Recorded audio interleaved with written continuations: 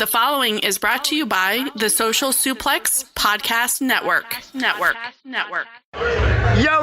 Yo, what up? This is Rocky Asuka Romero of Chaos, and you are listening to Keepin It Strong Style, the ace of podcasts. Yo, this is Rich Latta from One Nation Radio. This is brought to you by the Social Suplex Podcast Network. We present to you the ace of podcasts, Keepin It Strong Style. Let's go. It's the ace of podcasts, Keepin It Strong Style. Covering New Japan, they ready to hold it down. Jeremy Donovan and the young boy Josh. Come and hit a job out and bury all the frauds. From the Tokyo Dome over to the G1. Social Suplex is the network where we can get it done. I'ma chill and let them have it, cause this is just an intro. Keeping the strong style, 6 stars from the get-go, boy. Yeah, from Tampa Bay to the Tokyo Dome, this is Keeping It Strong Style with your hosts, Jeremy Donovan and the young boy Joshua Smith. And thank you for listening. Welcome to the 50th episode of Keeping It Strong Style, the ace of podcasts on the Social Suplex Podcast Network. Jeremy Donovan here alongside the young boy Josh Smith. On today's show, we'll be previewing the World Tag League as well as covering all the latest news in the world of New Japan Pro Wrestling. You can support our show by subscribing to the Social Suplex Podcast Network on the podcast app of your choice and leaving a rating and review. You can also get all the podcasts and columns at socialsuplex.com. Go to socialsuplex.com/subscribe to sign up to get all the podcasts and columns delivered directly to your email inbox. All right, young boy, episode 50. We're in here. Yeah. And one thing about those columns, you guys definitely want to sign up for that service because we recently started our prediction series. Myself, Jeremy, you didn't do it this last time, right? No, I didn't, but I will be on future columns. We had Wilford from the Wilford Watches podcast, Amy, who's Phoenix NJPW on Twitter, always tweeting great stuff. We had she gave us a shout out this past week. Yeah, we had Mike Grindle from Puroresu Road. So yeah, be on the lookout. The heavy hitters, the pillars of Puroresu on the internet. But yeah, shout out to them. Thanks for contributing to it. But I mean, the bottom line is, guys, a lot of times with the way that we do this show, you know, we drop every Tuesday, or at least we try to. And, you know, sometimes we try to do preview shows for all the big shows that New Japan does. But, you know, sometimes like a day before, 2 days before we get like the official card. Sometimes we only know a couple matches. So we thought it would be kind of cool to have something outside of the show that you guys can take a look at, where we basically preview and predict what is happening on each show. Hopefully this will be a way to draw more eyes to Social Suplex, more eyes to the show, and, you know, help us engage with you guys, the audience, the listener, when we're not doing our weekly, well, I mean, we're going to be doing our weekly, you know, podcast, but, right, you know, just a little additional content, more ways for you guys to engage with us and just, you know, see what we're thinking about. Absolutely. And I know that you guys definitely want to know what we're thinking about, because the masses cried out last week when I was not on the show. Actually, who was it? Was it Musa or was it Maserati who was like... I think it was Jars of Peanut, I think. No, Jar of Peanuts was like, where's Young Boy? Yeah. But like, either Musa or Maserati was like, we need to keep this Kyle guy on here. I think it was Muzza, I think. It might have been Mazza. I know it was one of those two. But yeah, I got to apologize, guys, for my absence last week. Hopefully that doesn't become a regular occurrence or anything like that. But shout out to Kyle Moores of the SMC podcast here on... You mean the Outsider's Edge? Oh my God. Yeah, they used to be the SMC podcast. Yeah. That's hilarious. Hashtag free Caleb. No, but shout out to our brother Kyle Moores from the Outsider's Edge podcast, holding it down. And no, they're right. We need to have Kyle back on the show. But you know, he did a great job. And Kyle, I know you're listening. He's a weekly listener. You did a great job. Definitely the Rocky Romero of the group. But Don Callis has returned. No, I'm just playing. No, he really did step in at a time when I needed him to on short notice. So I really do appreciate it. Yeah, it was weird doing the show with two baby faces. I'm not a heel. If telling the truth and speaking my mind makes me a heel, then my God. Well, you know, a lot of times heels do tell the truth, but the fans don't want to believe them. Well, just call me Jesse Ventura, okay? But you remember he had like a conspiracy show? Did you ever see that show? I haven't seen it, but I did hear about it. It's pretty good, actually. Oh yeah.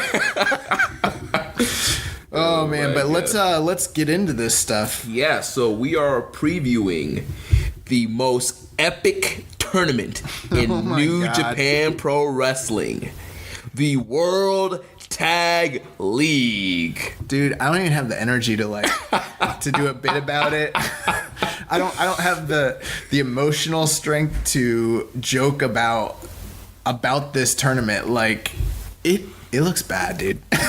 Yeah. So bad. Bro, I was really optimistic about it this year too for some reason. Like we watched the whole tournament last year, and I remember thinking, like, you know what, there's a lot of low points, but there's a lot of gems in here. There's a lot of underrated crap, and if they tweaked a couple things, this could be way better. And it's like they're like, no, we're gonna focus on all the terrible parts of the tournament last year. We're gonna make it worse. We're gonna make it worse. I mean, I was really excited for World Tag League once the Young Bucks moved up to heavyweight. And the Golden Lovers. I was like, oh man, we're gonna get the Young Bucks in here. They're one of the best TV wrestlers this year. They're gonna be having like 4-star matches every night. But they super kicked that balloon, and they're not in the tournament. Bro, I was excited when freaking Suzuki went to England and became the tag champion of the British. Of the British with us. The tag champion of the British with the ZSJ, defeating Mustache Mountain, which is a really underrated match. I watched that recently. It's pretty good. But yeah, I mean, I was thinking like, oh, we got this awesome Suzuki Goon team. We got the Young Bucks. The Golden Lovers reunited. I mean, and then there's been a lot of really cool pairings throughout the year where I've been like, okay, all right, like Tag League this year might be kind of dope. Right. Nah, player. Nah, stay your lane. Yeah, so we're gonna read off the official listing of. Let's read it off, but before we do, let me just ask you, before we even do that, when you saw this list, what was your reaction? It was like immediately. I was like, I can't believe this. Literally, that's literally what I said, because I saw it first. Me too, bro. Literally, I'm not even lying. It wasn't even like anger or anything. It was just confusion. I was like, why? Yeah. Like, there's so many confounding choices that I'm just like, I don't get this. Like, I don't understand this. Yeah, because I first saw the announcement on friend of the show, Chris Charlton's Twitter, @ReasonJP. And, you know, he posted the listing of the teams. I was like, no, this can't be right. No. And then I saw it on Wrestling Observer. And then New Japan Global tweeted it out with the pictures. I was like, oh my gosh. Yeah. Like, what is happening right now? Yeah, man. So we should just get into it. We should just peel the Band-Aid right off. You know, the wound, the bloody wound that is the westernization of New Japan Pro Wrestling. No, I'm just playing. No, things are great, but yeah, let's get into this. Fine. World Tag League is fine. The World Tag League is fine. So first up, we have the Young Boy is fine. First, we have the returning team of Togi Makabe and Toa Hanare. That's right. No Hanma, no Great Bash heel. We have Great Bash Hanare. Great Bash Toa. Yeah. They were GBT. They were in the tournament last year because Hanma was injured, and, you know, leading up to this tournament, they made it seem like Hanma and Makabe would be reuniting for this tournament, but I guess they realized that Hanma was not up to shape to being in this long tour. I think I had equal parts shock and equal parts, like, figures. Like, this is totally typical, because there's that part of me that was like, I didn't think Hanma was ready to do a tag league like this, you know what I mean? And we'll get into the dates and everything, but, like, bottom line, they expanded the amount of matches they're having and everything like that. So it's like, yeah, I mean, it really figures. But on the other side, they were heating this team up, and I was literally thinking to myself at the time, it was like, you know what?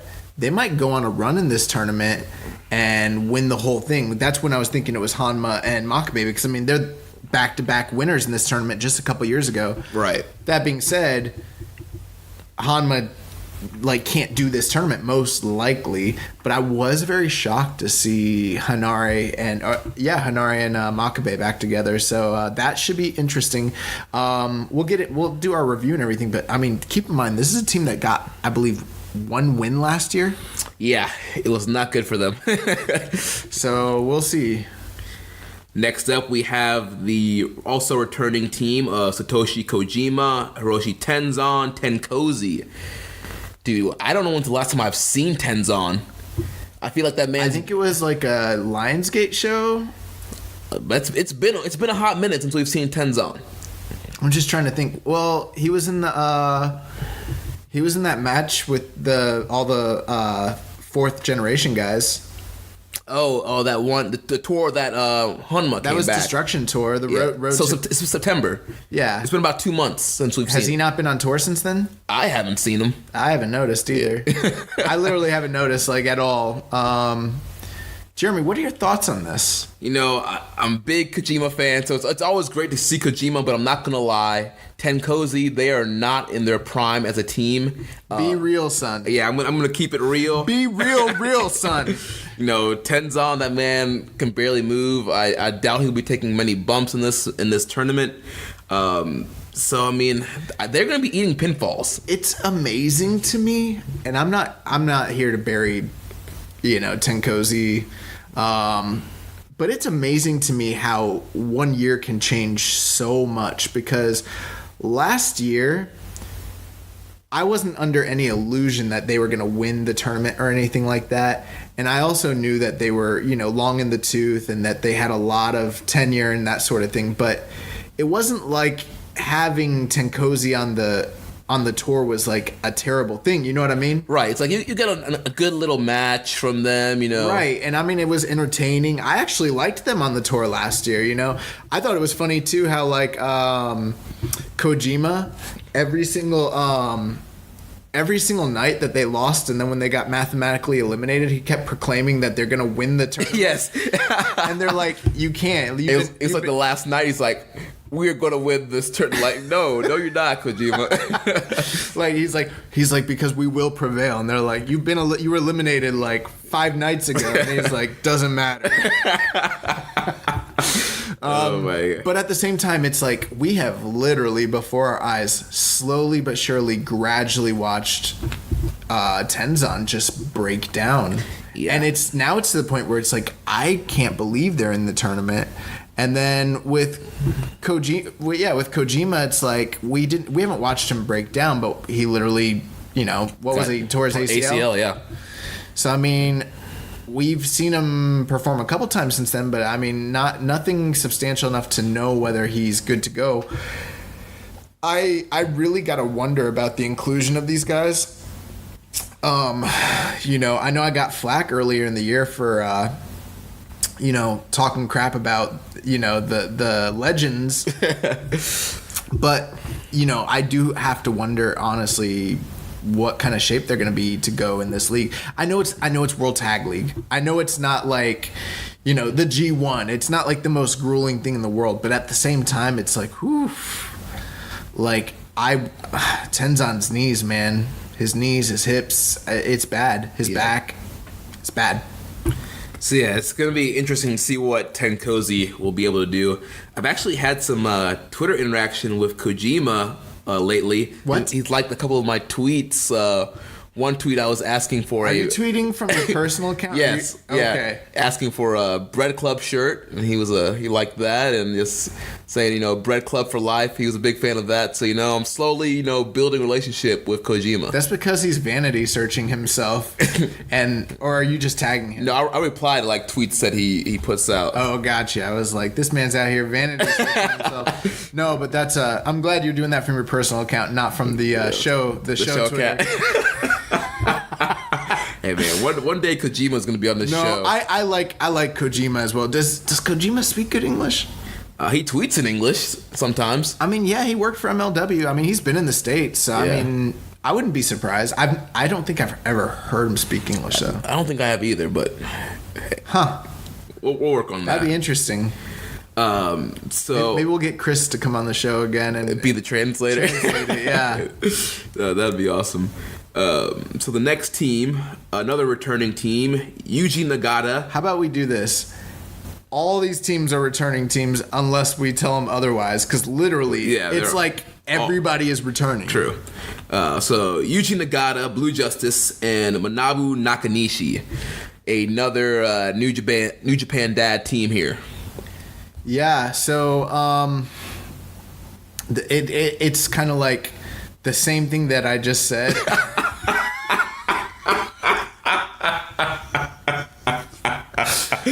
Oh my! It literally is like the same stuff that I said. Nagata is Kojima, and Nakanishi is Tenzan. In a way, there's a lot of parallels between those two teams. Am I wrong? No, it's Nagata's gonna be doing most of the work here. I mean, we've been talking about Nakanishi since we started the show, how he can barely move. His torture rack, he doesn't even do anything. He just like holds them up there on his shoulders. I just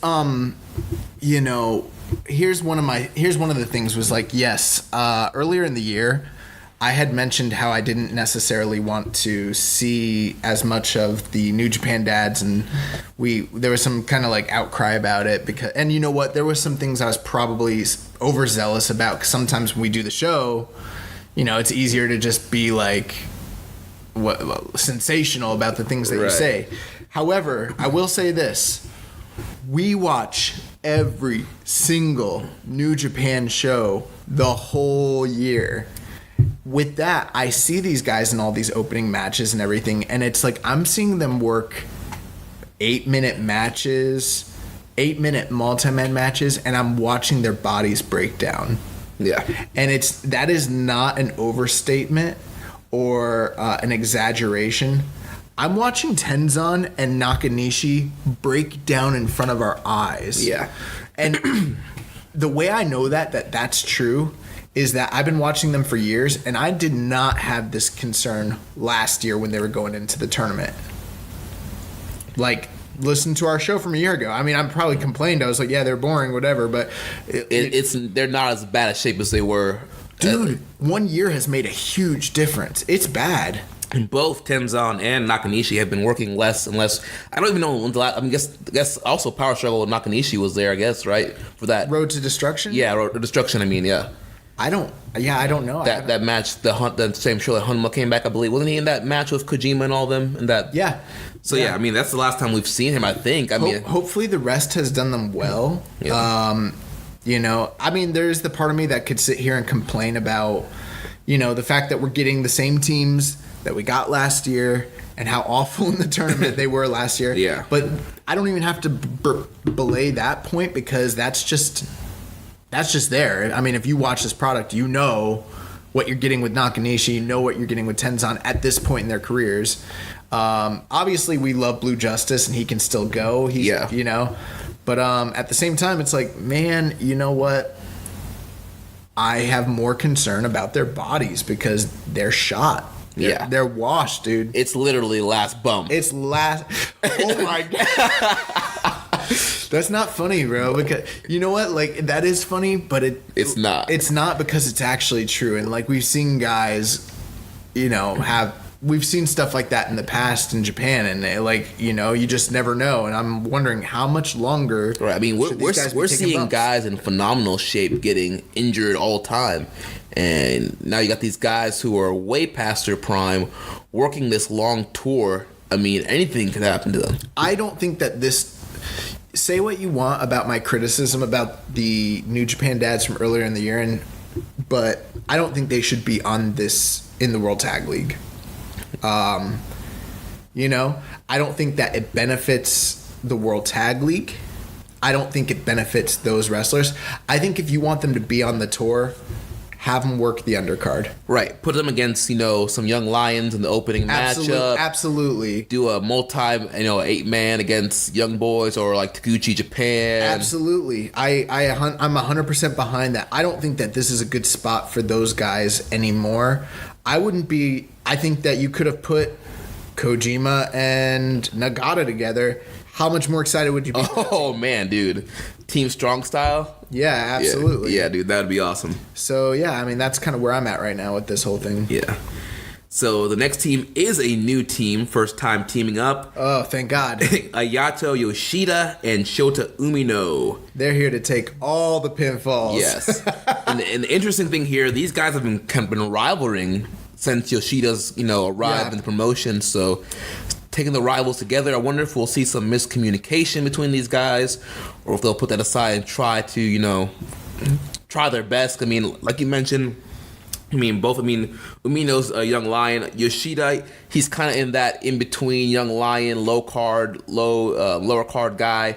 So both of these guys, either one of them can eat pinfalls for the team. So I don't, they'll probably get maybe one upset win throughout this whole tour. But essentially, like you mentioned, man, they're just here to eat pinfalls. Absolutely. So, I mean, I gotta say, I actually am very, very excited for this team.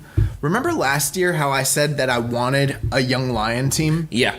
And my whole idea was I was like, team up Toa Hanare, because at the time, if you guys don't remember, Hanare was still a young lion. Yeah. He just came back still in the black tights. Yep. No face paint. No Toa bottom. We didn't. Yeah, the Toa bottom. We hadn't seen any of his gimmick until Wrestle Kingdom, which this tour obviously is before that. So he was still literally a young lion, and at the time, I was like, dude, put him with Kitamura. Yeah.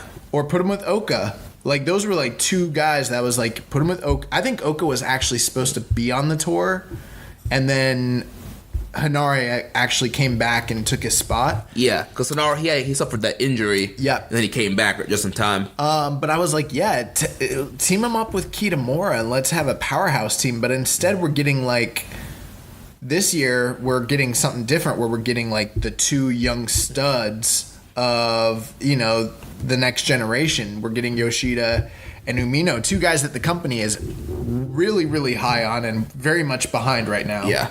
And these two guys, they might eat pinfalls, but I guarantee they're going to be probably the workhorse of this tournament. They're going to have good matches. Yeah. They're going to be like a team that has good matches. They're going to, grab that, brass ring and try to, prove their worth here.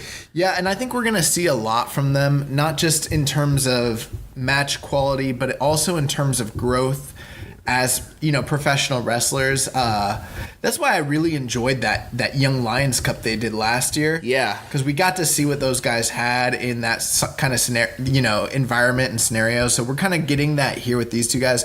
And this is a team that I'm very, very excited about. I'm hoping that they get one win. Yes. One upset win. One upset. Like on the last night of the tour. Yep. Yeah, we got to look at the tour and see who they're facing towards the end. Maybe they'll give us an idea. Yeah. So the next team is also another first-time team, the team of Juice Robinson and David Finlay, FinJuice. New to the tournament, but obviously if you're familiar with the product, you're very familiar with this team. Yes, yeah, they've teamed, numerous times. I mean, they're...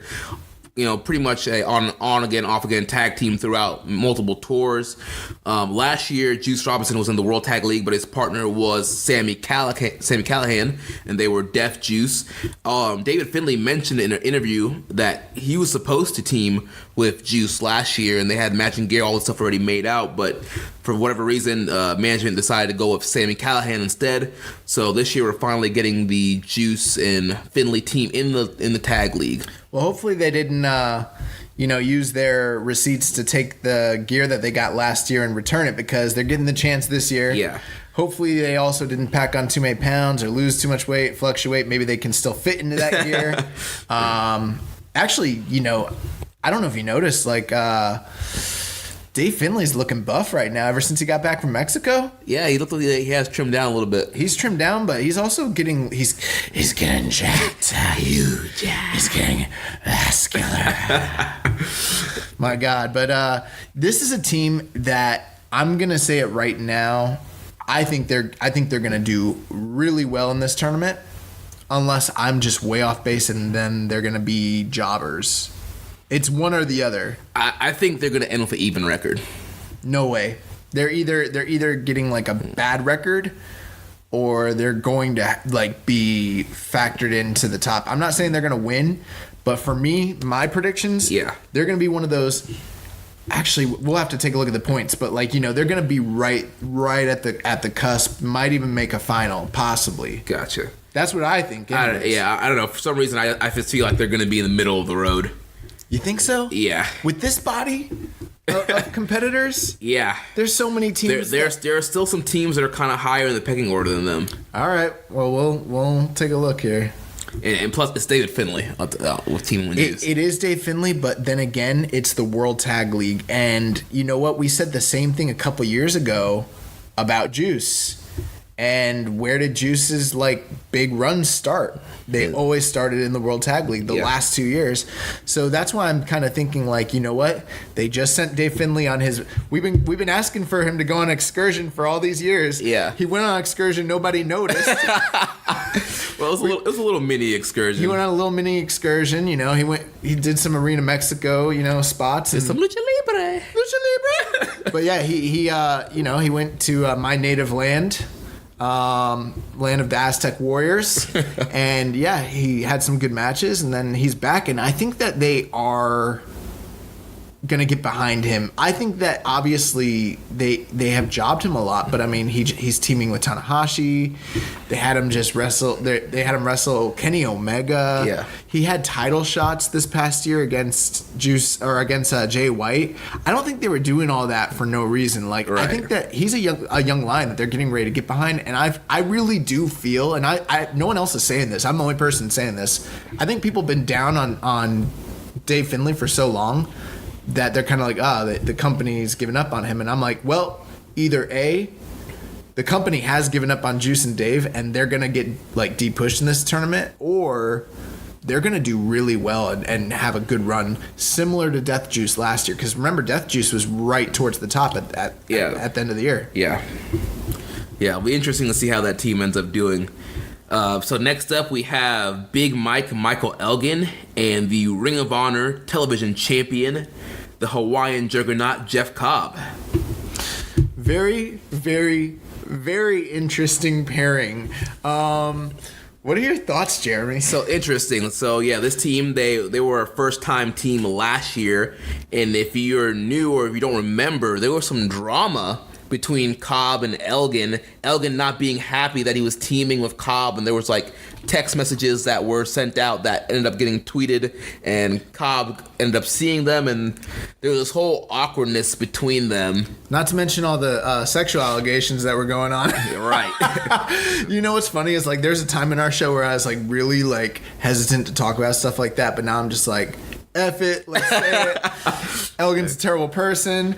If you guys don't know what I'm talking about, just go on Twitter. It's out there. Yeah. Although Elgin is still one of my I'm always impressed when I watch him wrestle. So it's love-hate. But this whole pairing is very strange to me because, like Jeremy said, there was some drama. Yeah, there was some serious beef there, like Elgin not being happy with Cobb, like talking crap about Cobb. So, I mean, we don't have to recap the whole thing, but we'll just basically let you guys know that Elgin was saying things about Jeff Cobb to an individual, a lady friend, and all these terrible things that he said about Jeff Cobb got leaked on the internet in reference to a bigger kind of like sex scandal that kind of at this point has been forgotten. But he said a lot of stuff about like how Jeff didn't know how to listen, he didn't know how to take direction.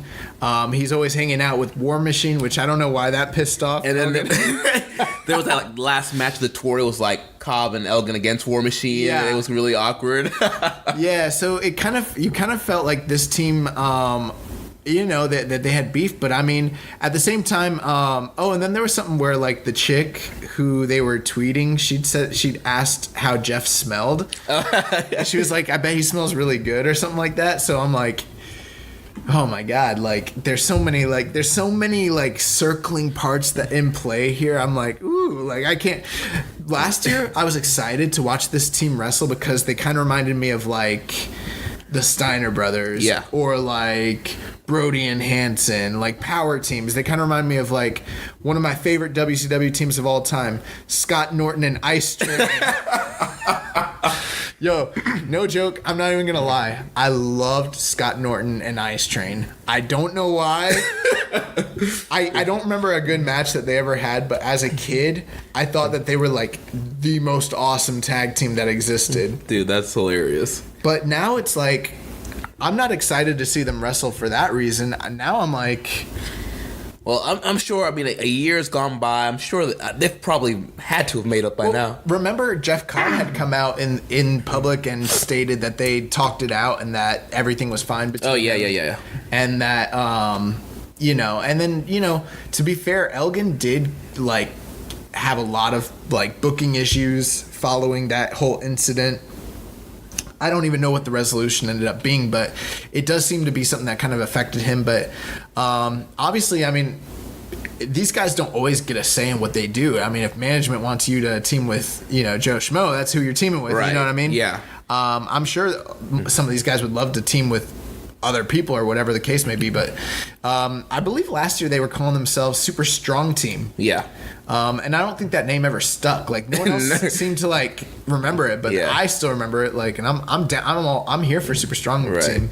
As our good friend Aaron Nova says, I'm not the booker. Yeah. These guys are not the bookers, so they couldn't book, themselves out of teaming with each other. I will say this though, they did not have the best match. Like they were not like the MVPs of their block or anything like that. But last year was a chance for Jeff Cobb to kind of come in and do like a showcase and Elgin to beat Elgin. And they were a pretty exciting tag team to watch. So I am excited to see them come back. And clearly, I mean, it did wonders for Jeff Cobb. I mean, he's been brought back on multiple tours. He is, featured a lot on New Japan now. The only weird thing about it is, like, it's so out of the blue. Like, you would think, oh, well, they teamed last year, so it's normal, right?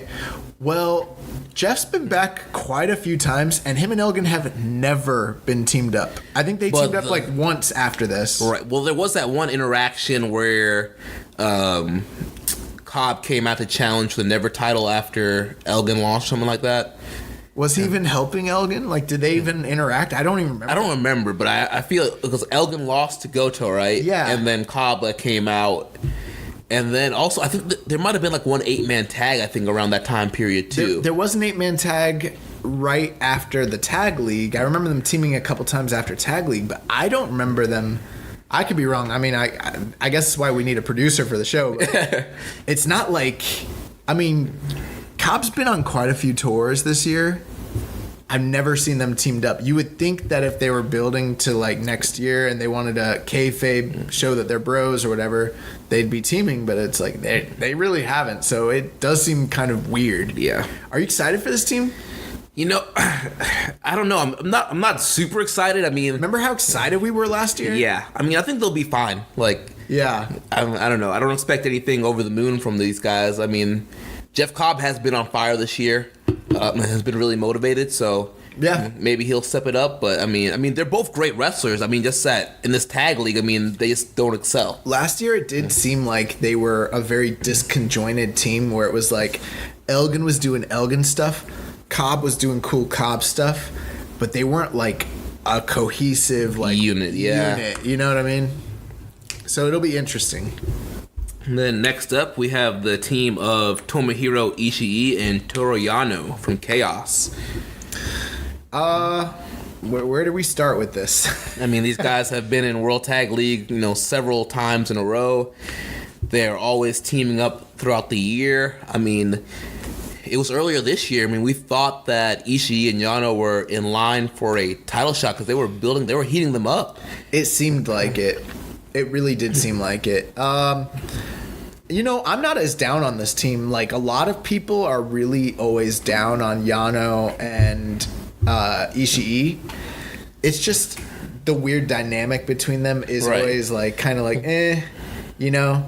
But I think it's the weird dynamic that makes it work. I mean, you got Ishii, the killer, and Yano, the clown. Like, Yano picks up a lot of pinfalls. Some of the best matches in the tournament last year, like, people don't want to remember or anything, but like some of the best matches involved this team. Yeah. And I'm not saying that they've had like Young Buck level matches, but for my money, probably no team this calendar year, and I'm talking about juniors and heavyweights, I don't think that there's a team that's not named Golden Lovers or Young Bucks that's had consistently better good matches than Ishii and Yano. Yeah, people forget that. I mean, some of their matches with GOD this year and Killer Elite Squad and other teams, I mean... They always have good matches. They're good matches. They always have good matches. I mean, trust me, do I want to see Goto and Ishii tag and be like this dominant monster, you know, Basham team? Absolutely. I'm here for that all day. But that's not what we're getting. And I'm not going to sit here and complain that we've got, hey, I understand Yano's not everybody's cup of tea. Like, there's a lot of people that just hate Yano. I don't think there's anyone that hates Ishii. I mean, that's impossible. Yeah. But they're gonna have good matches. Yeah. Like they just are. Yeah, I mean, they're gonna be one of the teams. They're gonna be high up there in the rankings by the time this tournament's over too. Yeah, they're gonna do well. I mean, am I off base when I say that? Can you would you say? Just think about that for a second. Would you say that? Man, I'm starting to make a case that they need to be in tag team. I think the reason, we do have our awards coming up, and I think the main reason we don't have them listed is just due to accomplishments. They never won a major feud, or they're doing the titles this year, titles or anything. And there's probably more accomplished teams, but do you think can you name another tag team other than the Young Bucks and the Golden Lovers that have had more good matches than them? LIJ? Yeah, I'll say Evil and Sonata. Have they? They only had a few. Yeah. KES? I kind of don't think they have either. I mean, KES has been kind of absent this year. Bro, I don't even know. This might sound crazy, but I don't know if Roppongi 3Ks had more good matches this year than Ishii and Yano. Their highs are probably higher, but consistently having good matches, I don't know if anyone... Consistency, yeah. So, I mean, people are really down on this team, but, I mean, think about it. They always deliver. Yeah, I mean, I'm down. I love obviously I love Ishii. I'm one of the people, I actually like Yano stuff, and I think it's an interesting dynamic. I do too, but, I mean, how many... We're getting, 18 nights of this? 17 nights of this? Something like that, yeah. It's gonna be a lot of times to see Yano go through the ropes and say break. It's gonna be a lot of nights. I mean, of him, hitting taking people off the turnbuckles, low blows. I mean, there's only so many times. I mean, yeah. So, yeah. All right. Next up, we have another Chaos team, the Best Friends, Trent Beretta and Chucky T. Yeah, I'm all about it. So they were in the tournament last year, and it was the first time that they had been in the tournament, and I was all in on that team. I thought that they were one of the MVPs. Actually, I think they were the MVP of their block. Yeah. I remember them having a lot of solid matches last year. I think Best Friends had more good matches in last year's tag league out of both blocks than any other team. I would have called them the MVP of the tournament, and I think people forget that. Yeah, I mean, we had the chance to see Best Friends work live a couple times at Ring of Honor shows, and they're just a really solid tag team. And when it's time to put their working boots on, they can go, and they can have some bangers. Hey, I mean, yeah, they can be shticky or whatever, and, there's people that hand wave, Chucky T for whatever reason. Even though, spoiler alert, I think he's a better wrestler than Beretta. Yeah. You agree? Yeah. I do. You agree with that? Yeah. Bro, we've never... More like on the fundamentals, like... He's just so freaking smooth. Like, every time I watch him... Don't get me wrong, I love Beretta. I think Beretta's good. And Beretta's awesome, but I do think Chucky T is just... I think Beretta just has a sense of who he is in that ring. He knows what he's doing. Like, you know what I mean? He knows what he's doing. Beretta sometimes is like, seems like he's still trying to find himself. Like, he's unsure... He's trying to find himself. You know what I mean? Right.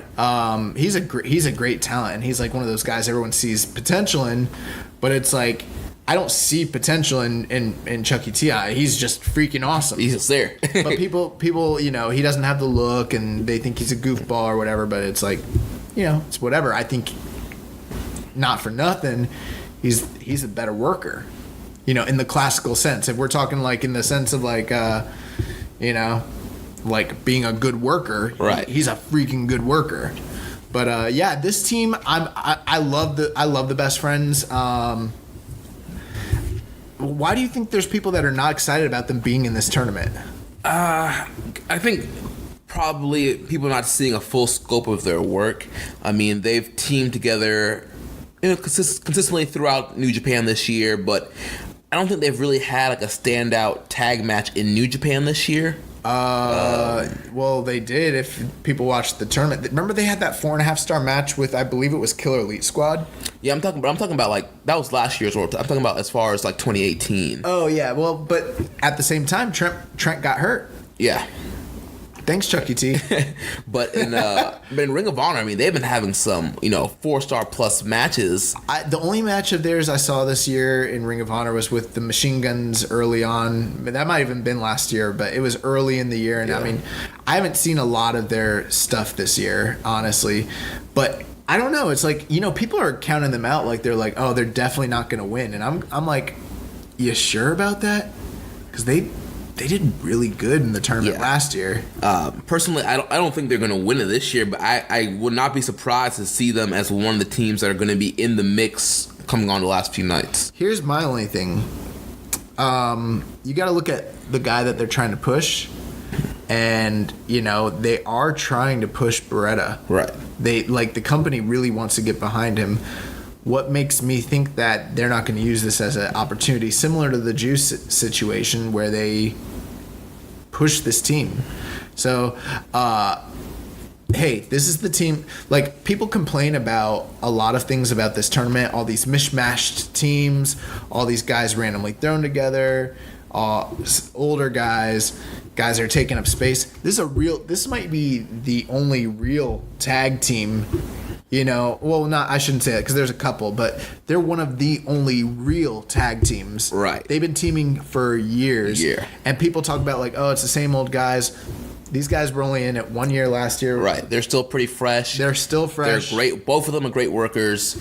And they have that outside appeal. You know, when you do tournaments like this, people always want to see someone come from the outside, you know, that surprise entrant. And I know we've seen them before, so it's not like so much a surprise, but they do have that outside appeal.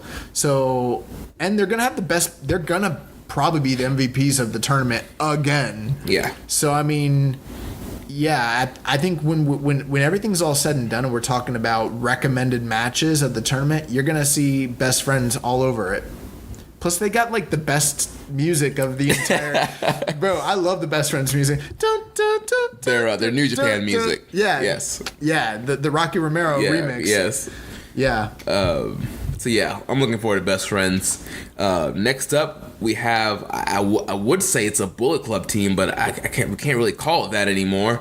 The team of Hangman Page and the Tokyo Pimp Yujiro Takahashi. I'm legit pissed about this. This makes no sense, right? I mean, this is clearly New Japan doing what they want to do. Wasn't their team name last year Dick and Balls? It was? You don't remember that? No. Bro. Okay. I don't remember. I don't remember that. Oh my gosh. Listen, if you know me, you know that like I'm not just crass for the sake of being crass. Right. Like I'm saying this legit. Yes. I'm gonna look it up online. Like, go ahead and talk about how terrible the New Japan management is. So, we're gonna talk about this later in the news, but Hangman Page is no longer a member of the Bullet Club. He's a member of the Elite, and these Page, Kenny, all those guys are not going on as Bullet Club guys anymore. But in New Japan, they were being labeled as Bullet Club Elite, and these guys have made it clear that guys like Takahashi and Chase Owens are not members of the Elite, and so it's like these guys really aren't in the same stable anymore. Technically speaking, you would think, but because they were teamed last year, New Japan just threw them together again here instead of maybe teaming up Hangman Page with another Elite member. They stuck him here with Takahashi. Absolutely. I'm still looking up this thing on. Listen, I promise you that I found this one time on Wikipedia. So like they don't have it there anymore. Hold on, I'm gonna find this. Trust me. But yeah, I mean, it's just I get they teamed up last year, but with all the storyline and stuff that's happening now with the Elite guys, I don't think it really makes a lot of sense for them to be teaming up Page and Yujiro. I mean, it's not so much that it doesn't make sense, because I think it does make sense in a way. Like, they teamed together last year. They are both technically from a New Japan standpoint. They are Bullet Club Elite. Yeah, they're both part of the Elite. But as far as I guess this is what I'm. See, here's the problem right now. The problem is that I'm trying to do two things at once, and I'm terrible at multitasking. Like, I literally suck at it. Let's not move on. Just talk about this, because I'm gonna find this. I promise you. Yeah. So Hangman Page and Yujiro Takahashi. I really don't remember much of how they did last year. I think they were pretty just a solid team. I mean, Hangman obviously being the workhorse of the team, and Hangman has had an incredible year this year. He's going to be a candidate for most improved, definitely. And once again, I would expect him to be the workhorse of this team. He's another guy that New Japan has been slowly getting behind this year. He's been having a lot of big opportunities and matches with guys like Tanahashi and Omega and Naito. So clearly the New Japan office, they hold Hangman Page in high regard. I found it. It's right here. Look. Yujiro Hangman. Dick and balls. The whole reason I remember this is because at the time you and I were on our big kick where we were like, we're gonna listen to all the post-match commentary. Oh yeah. But yeah. So I did that in a Howard Finkel voice, I think, just now, which was actually pretty good. But anyway, so Hangman obviously is Hungman Page. Yeah. And so they were trying to find a team name for themselves, and he's like, "You have big dick." And he's like, "But I have big balls." And he's like, "All right, we're gonna be dick and balls from now on." And that's when I was like, "This team is never gonna win this tournament." And yeah, their team. The funny thing is, last year their dynamic was kind of funny. I can't corroborate this. I don't have all the matches pulled up, but I think Hangman was there to take the pinfalls for Yujiro, and Yujiro was pretty much picking up most of the wins. Yeah, with the pimp juice. But Hangman was very impressive. Remember how impressed we were with him last year? And that was at a time where a lot of other shows and a lot of other people that talk about New Japan were really down on Hangman, and we're we actually listed him as our most improved on our year-end awards, where I didn't see a lot of people talking about that, and I was like, this guy's freaking incredible. Yeah. Well, now things have really changed. It's Hangman picked up a win. He was in the freaking G1. Yujiro was not. The only tournament Yujiro was in this year was the New Japan Cup. Yeah, he got knocked out in the first round. So I mean, I think this time around, Yujiro's there to pick up pinfalls for Hangman. Yeah. Talk about a guy that really raised his stock this year. But the main reason that I am pissed about this, and it is a freaking travesty, why aren't the two Virginia boys put together? They teamed all year. We should have had the crown jewel Chase Owens and Hangman Page. The good old Virginia boys. The good old Virginia boys. Like, the reason I'm pissed about it is because it seemed like that was what we were getting. How many times have Yujiro and Hangman teamed this year? None. Exactly. So what the freak are we doing? What are we talking about? Yeah. Why are they on this team together? It's stupid, right? Yeah, it makes no sense. And I mean, who would you rather see? I would rather see the good old Virginia boys. Yeah, and I mean, I think it's probably bad for Yujiro. Yujiro's going to be the guy taking the pinfalls, unless I'm just miscalculating Hangman's star power in the company. I mean, I don't think you are. I mean, based on like he's been in the G1, he had matches with Tanahashi. He beat Tanahashi this year. He beat Yeah, bro. Remember he beat Tanahashi in Ring of Honor this past year. Yeah, he had a match with Naito at Global Wars this weekend. He had a match with Omega earlier this year on New Japan Show. I mean, yeah, bro. I mean, he killed Joey Ryan this year. Like, it's been a big year for this man. Oh my gosh. He drank piss this past year. Like, and I don't know what Yujiro's done this past year except for like bring out what's her name? Peter. Oh my god, I love Peter so much. But yeah, man. It's could have gotten. We could have gotten Chase on this whole tour, and Dude, Chase is not on the tour. He's not even in the tournament this year. That's weird. That's really weird. Yeah, and I mean, like, Chase would have been the perfect fall guy. Yeah, and it probably would have helped both guys and been we'd have better matches all around. So yeah, I'm super excited for this. Super excited. It's great. It's fun. It's fine. Next up, we have the current reigning IWGP Heavyweight Tag Team Champions, Tama Tonga Tangaloa, the Gorillas of Destiny. I thought you were saying we had the current IWGP Heavyweight Champion. I was like, he's here? He's going to show up? My God. Oh.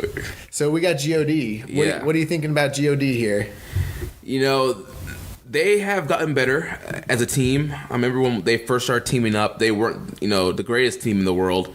But, they had a decent tournament last year, and they've been decent in a lot of these tag matches they've had. We've mentioned, Tama Tonga seems to be stronger as a tag team wrestler than a singles wrestler. I think he really excels teaming with his brother.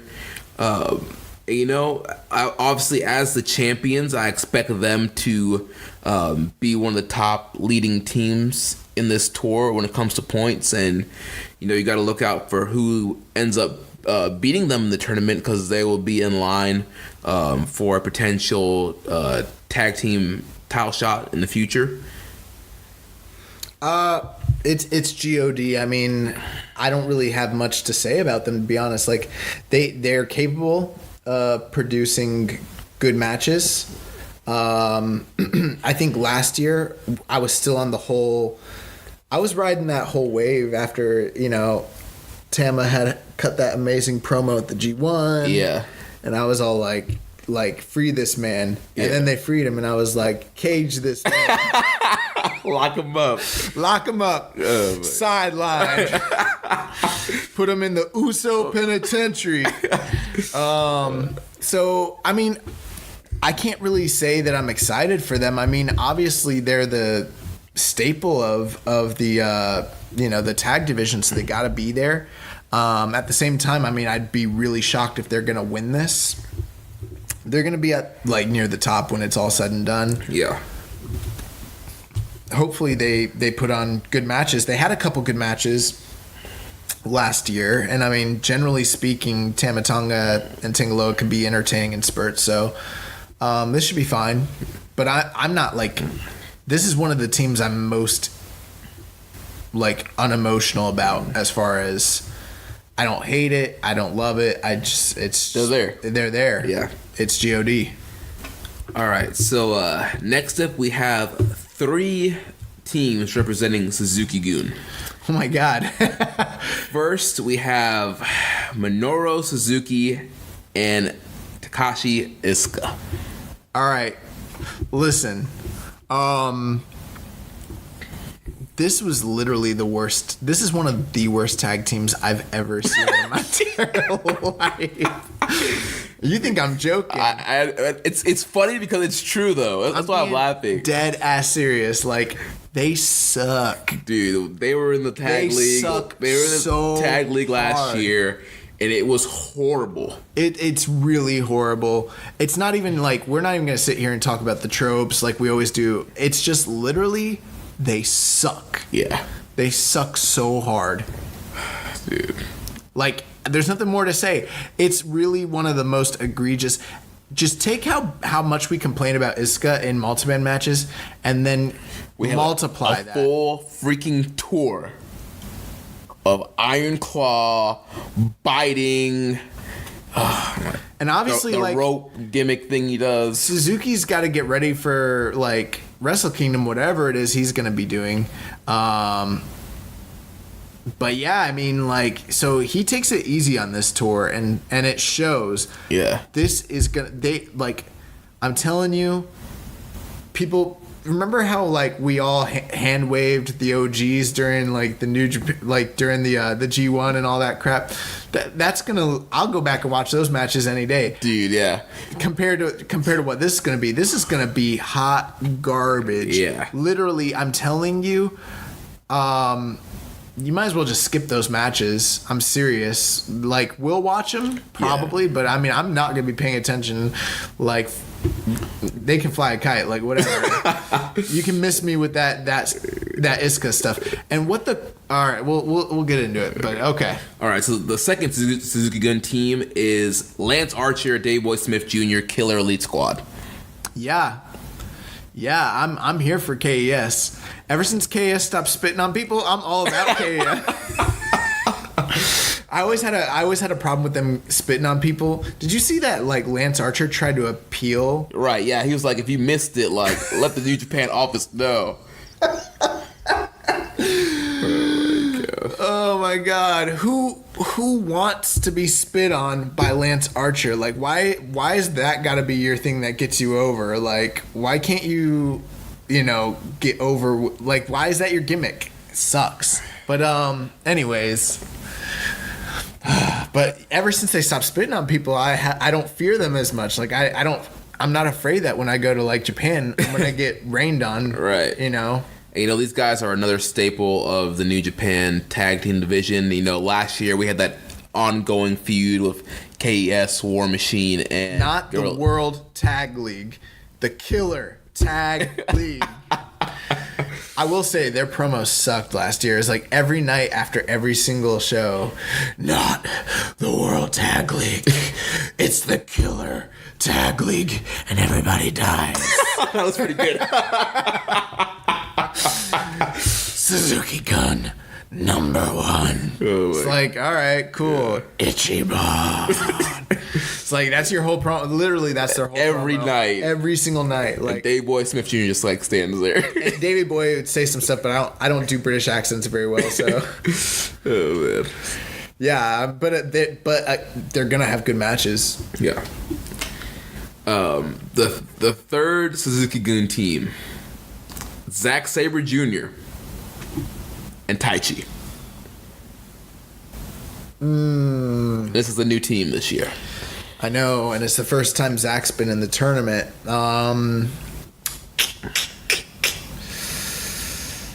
What are we supposed to think about this? Is this good or is this bad? I'm not digging it. I mean, I'll tell you right now, I think it's gonna suck. Dude, Taichi's gonna be eating all the pinfalls, clearly. Yeah, so we didn't get into this, obviously. But this is a good time to bring it up. So we'll get into it more in the news, but there is an upcoming Wrestle Kingdom match between Zack Sabre Jr. and Tomohiro Ishii, which is another reason why you might not be as excited about their inclusion in the tournament, because they're not winning the World Tag League. At least in the past, they used to have, like, the champions be in the World Tag League, and the big stars were in it.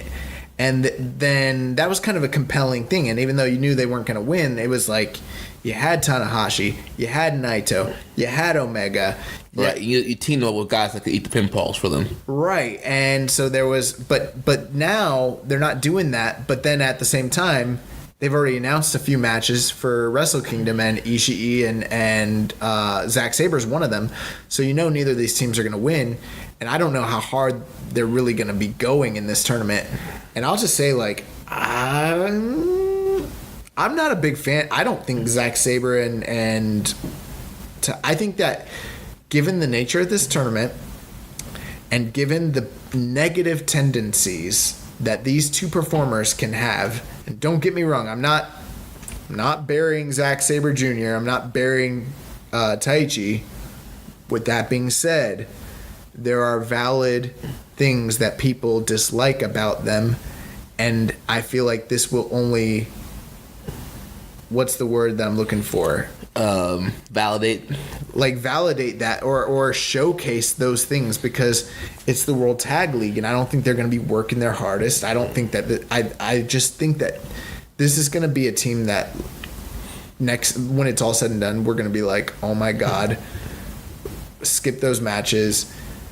Is Zack Sabre even a Wrestler of the Year candidate? Like, that's what it's going to feel like. It's going to be like, what did I ever... Zack has earned so much goodwill with me and Jeremy this past year, and this is going to undo all of that. Like, we're going to be like, what did I ever see in him? We're going to be like a scorned girlfriend, you know? Oh, my gosh. But, yeah, I'm not a big fan of Taichi, man. That go-to match left a real bad taste in my mouth. And which one? The particular first one? The power struggle match.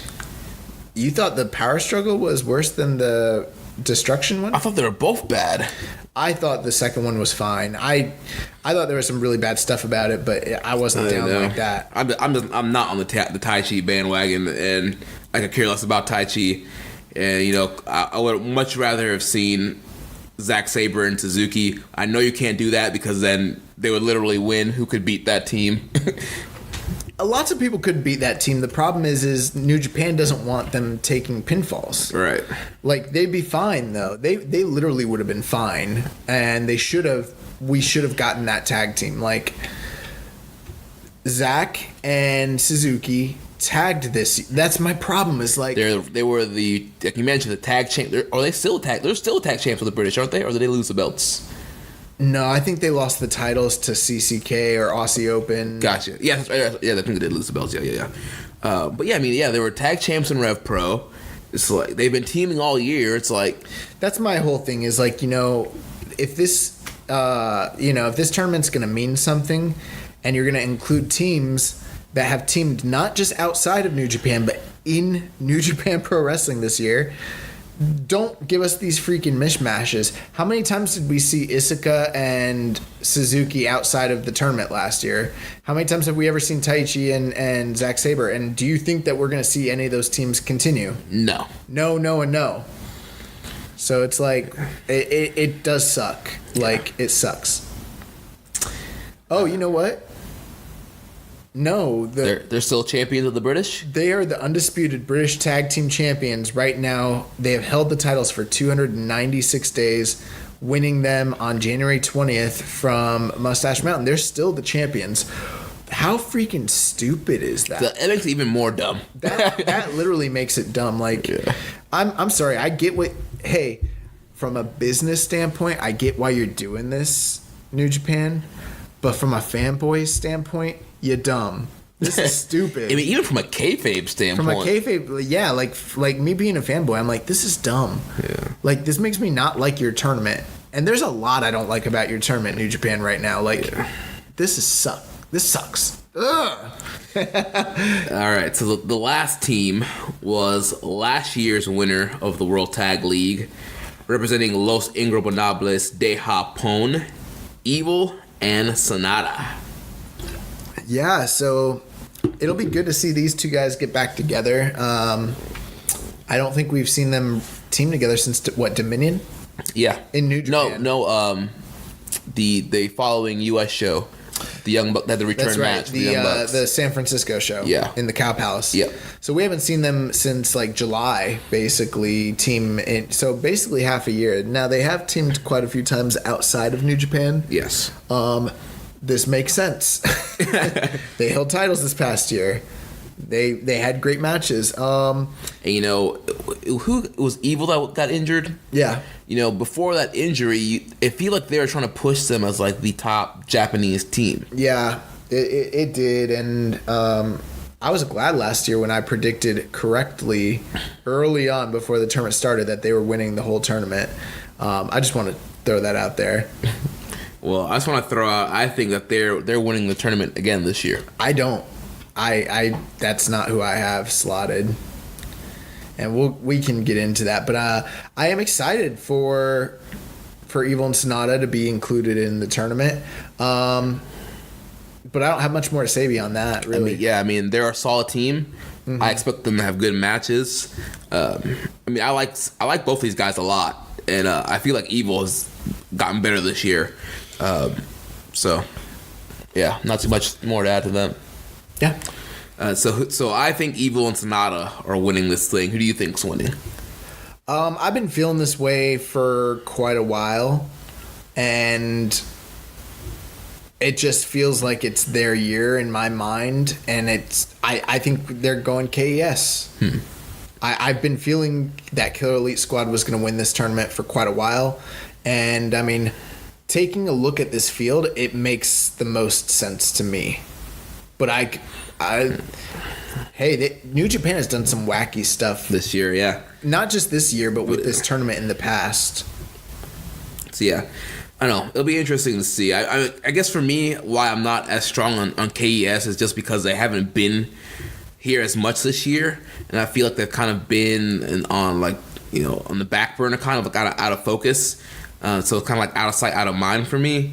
And I feel like they want to Evil and Sonata need something to do at Wrestle Kingdom. And they're clearly not going the Evil Saber route like I thought they were going to go. Yeah, I think that's one reason that I was locking in on KES was because I thought they were going Evil and Zack Sabre, which I'm sure they can go to the well with that later on at some point, which is great. But at the same time, Evil and Sonata, dude, they could be in the 6-man gauntlet, which I wouldn't be surprised if that's where they end up. I don't know. I wouldn't be surprised if KES ends up in the 6-man gauntlet. They could be, but so I think that I have a strong feeling that all 4 of these teams are going to end up. This is just my feeling, and people probably don't like this booking, but it's just what I think that they're going to do. I think they're doing a 4-way tag. Yeah, I definitely think that there's going to be a multi-man tag match at Wrestle Kingdom. However, I still think, obviously there's going to be one overall winner, but just like the Super Junior Tag League, we got one winner, but we still ended up with a multi-man match. I'm not even talking so much about the outcome of the tournament, but you got to consider the Bucks are definitely going to be involved in the tag match at Wrestle Kingdom. Mm-hmm. And it's not going to be a one-on-one match because of this tournament, obviously. GOD is definitely going to be involved in it. And then you've got whoever wins this tournament, which you could do a triple threat, but then they're already doing a triple threat with the junior tag. The juniors. Yeah.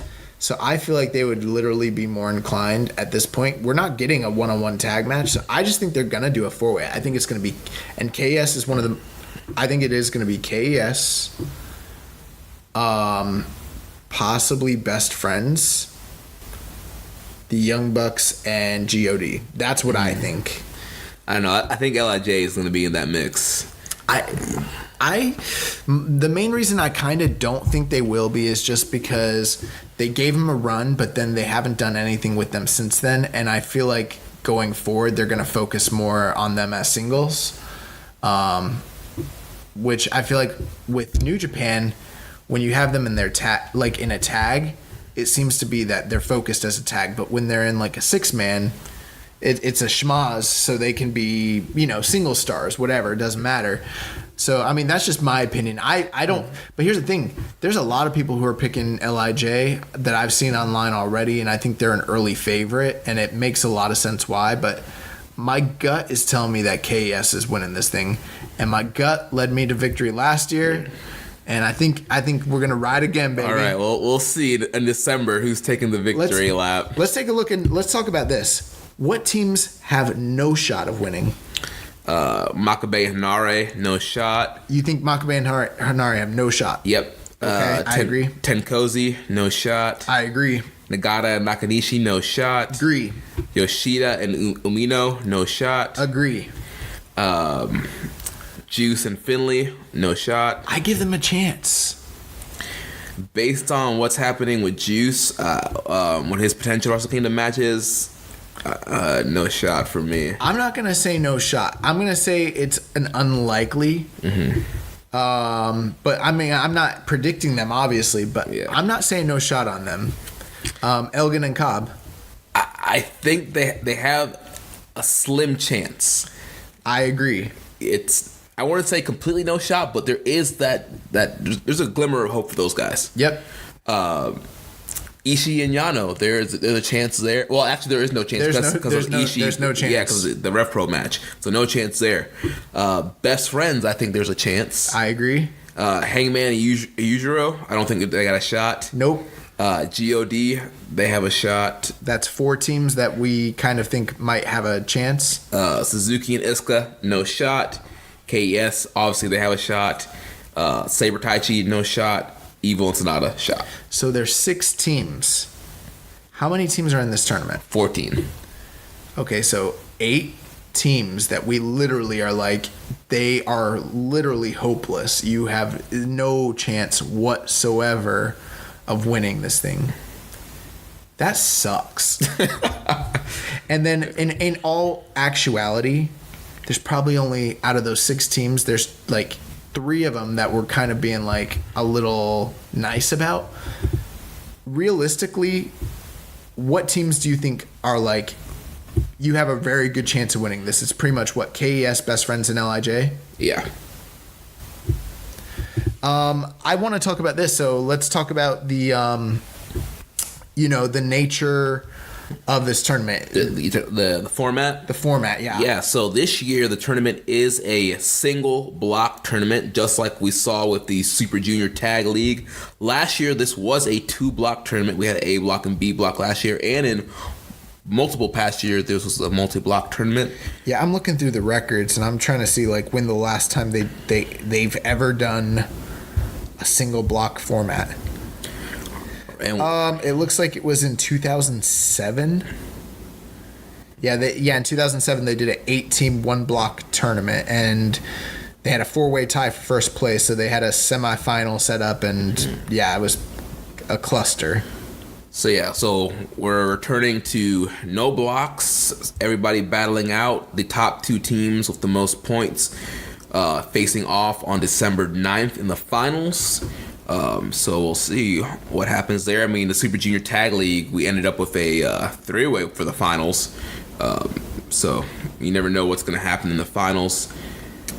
I didn't really get a chance to weigh in on that last week, obviously. I thought that the match that they had at Power Struggle was very, very good. The match for between the 3 different teams, but it's like this. We sat through a whole tournament, you and me. We watched every single match to get a 3-way tie, to get basically what happened afterwards. They turned into a 3-way match at Wrestle Kingdom. We got a 3-way to set up a 3-way. We got a tournament to set up a 3-way to set up a 3-way, and the tournament, we've already voiced our complaints about it, but then nobody got over. They did a good job of setting up Shingo, great, but now what? Yeah. You know what? But wait a second. Oh my God. Okay, hold on. What? Skirt. So Shingo and Bushi they already have a match at Wrestle Kingdom, huh? Yes. For some reason I forgot about that, and I was thinking that Evil and Sonata would have a third person to team with, but they really are not going to. So they have a good chance of winning this tournament, Yes. huh? Yeah. Okay, I'm sorry. I was being foolish. The only thing is, if they do that, it's going to be back-to-back, which they did that a couple years ago. I mean, And they just did it this year with the juniors for Pungy 3K, one back-to-back. I think that they might win it, but at the same time, it's like, if they didn't win it, let's say hypothetically, they might still end up in the tag title match regardless. Yeah. You know what I mean? Yeah. But yeah, that's a good thing to point out. But yeah, so I mean, it's like we did a single block tournament to wind up with nothing. Now we're getting another single block tournament. You know what? I will say, now I'm not completely upset about that finish anymore because there's another promotion that had a tournament where somebody who wasn't in the tournament won the tournament. So at least the 3 teams actually were competing in the tournament. Oh my God! How do you know about that? Did you watch that? I didn't, but I keep up. I listen to multiple wrestling podcasts and heard about that. Well, you know what though? We ended up that tournament. We're talking about the crown jewel. What's it called? The best in the world. The World Cup to determine the best in the world. The World Cup to determine the best in the world. We ended up with someone who wasn't the best in the world, and then we did the Super Junior Tag League to wind up with a team that just ended up in another. Hey, good job, boys! You won the whole tournament. Guess what? You got to do it again. Yeah. Get back in there. Stupid. Dumb. And now I'm like cringing about I'm cringing about why are they going to a single block tournament? Because they're probably gonna do some crazy. Because I feel like they're gonna do some tomfooleries. Yeah. They're gonna bamboozle us. Yeah, like it's finessing. Why y'all finessing? It's like it's stupid. And we ended up with less teams, but more dates and more shows. And that's not a good thing when it comes to World Tag League. Yeah. Oh my God.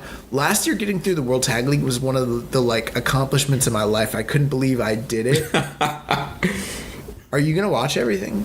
I mean, we have a duty to the fans of Keeping It Strong Style to watch and report on the tournament. Oh, I don't know if I can do it. Oh man, like, I really don't know if I can make. Let's talk about one positive thing about this on this tour. Okay, let's talk about the positive. And that is the Mega Aces, Kazuchika Okada and Hiroshi Tanahashi, joining forces for a number of dates in 6-man and 8-man tag bouts throughout this tournament. Guys, when we come up with a terminology that's super niche like this, like the Super Aces, please tweet it out. Please tweet it out and give us credit for it, please, because I'm gonna hate nothing more than to find out that like Reddit, like Kevin Kelly be like, Reddit user Jar of Peanuts calls them the Mega Aces. The Mega Aces. And I'm gonna be like, damn you, Jar of Peanuts!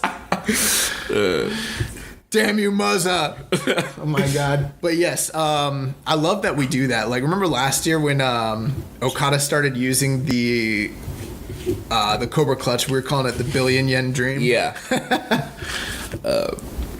So yeah, I mean, I think it's going to be great seeing Okada and Tanahashi teaming throughout this tour. I hope when they team together, it's super heavy-handed, and at the end of every match, they do the handshake again, just like the real like mega powers, you know? Yeah. Like, do you remember that? Like after every match, they like do the handshake. They would do the handshake. Like, I want nothing more than that. Also, we got some questions I almost forgot about. So we had a question from Reddit user Templar235 who said, I'm fairly disappointed with the teams announced for World Tag League. Lots of New Japan dads, no good old Virginia boys, 2 crappy Suzuki Gun teams instead of Suzuki and ZSJ Super Team, no GBH. What are your thoughts on the lackluster team selection? We just pretty much gave our thoughts on that. You need to come on the show because he literally just did our review in like one paragraph. Yeah. It makes me wonder if we should even be doing this show. We're over an hour into the show and like he summed up the whole thing. Like, you're absolutely right. we hate all of those things. I'm glad though that we didn't miss anything because everything he touched on we talked about. Yes. And then our boy Muzza_44, he wants to know what teams from outside of New Japan would you like to have seen in the World Tag League. Personally, would have liked to see in Ring Conf, Aussie Open, or perhaps Silas Young in the Bear City Bruiser. Ew. I don't mean to make fun of you. Like I'm all about Ring Comp and I'm all about Aussie Open, but then you please tell me you're joking about Beer City Bruiser and Silas Young. I think that's a troll. Yeah. I think that's a rib. Especially since they're not even teaming anymore. It's Beer City's teaming with Brian Malonis as the bouncers, and Silas Young is teaming with Bully Ray. Yeah, so are there any teams that like, oh, this is fun. We always do this like with the G1, so it's like, okay, if you could... Dude, the number one team that I think I'm like logically speaking, that would actually make sense and it actually could have happened. The Briscoes. Oh yeah. What the heck were the Briscoes doing in November and December that they couldn't go to Japan on this tour? Having Christmas with their families. They dropped the Ring of Honor tag titles. Like get your butts, send them boys off the farm, get them on a plane. That's true. So yeah, you got the Briscoes. Who else is in Ring of Honor? The Kingdom, Vinny Marcellia and the TK Orion. SCU. SC freaking U. And it seemed like we were gonna get SCU too, didn't it? Yeah, I mean they've been featured a lot on the California New Japan shows. So I mean that's 3 teams right there. What are some other teams that you can think of that you would have liked to have seen? I mean, not that it could have necessarily happened, but you know, there's always freaking the Mexa Brothers, Phoenix and Pentagon. Right. I mean, or like what more do you want there? Like Mexi Bloods, Phoenix and Flamita. They've been in Japan a lot lately. You mean not Phoenix? Bandito. Me. Sorry, Bandito and Flamita. Yeah. Okay. Yep. So those are 2 teams from Mexico right there. So let's just do the round. So you got a couple teams from Ring of Honor. You got a couple teams from Mexico. Let's go somewhere else. Where are we going? We're gonna go WWE. Sure. Let's do WWE. What teams you want to bring in? The Bar, Cesaro and Sheamus. Okay. The Usos. Okay, the Usos. I'm gonna go. I mean, who's in WWE? The New Day. The New Day. Okay, so there's like the 3 big teams basically. Yeah. Okay, let's go NXT. So you got Undisputed Era, obviously. Yeah. You know, Red Dragon, which I think anyone in their right mind would want to see. You got Mustache Mountain, obviously. You got the freaking War Raiders, formerly known as War Machine. You have the Evolve Tag Team Champions, the Street Profits. I don't know if they're ready for a World Tag League, but so I mean, you got your WWE stuff right there. Let's go to Impact. You got the OGs. Yeah, Hernandez and Homicide. Oh, that's different. So that's different from LAX. Right, so you got the actual LAX. They're the original, but they're called the OGs now. Oh, gotcha. Then you got the new LAX. I don't want to watch Homicide and Hernandez. Well, can they still go? Honestly, I've only seen clips. Okay. That's like the only team I know. Basically, is LAX. I mean, they also use Phoenix and Pentagon. Okay, well, the Chris brothers, OVE with the team. Oh, they suck. Let's talk. You watch MLW, so you kind of know who's hot on the indies right now. So I mean, what tag teams are out there? They're also using Pentagon and Phoenix. Our boys, the Dirty Blondes. I don't know. Yeah, I love them, but I don't know. Yeah, I mean, there's not really that many teams in MLW. Then right you now. go to Europe and you got Ring Comp. You got Aussie Open.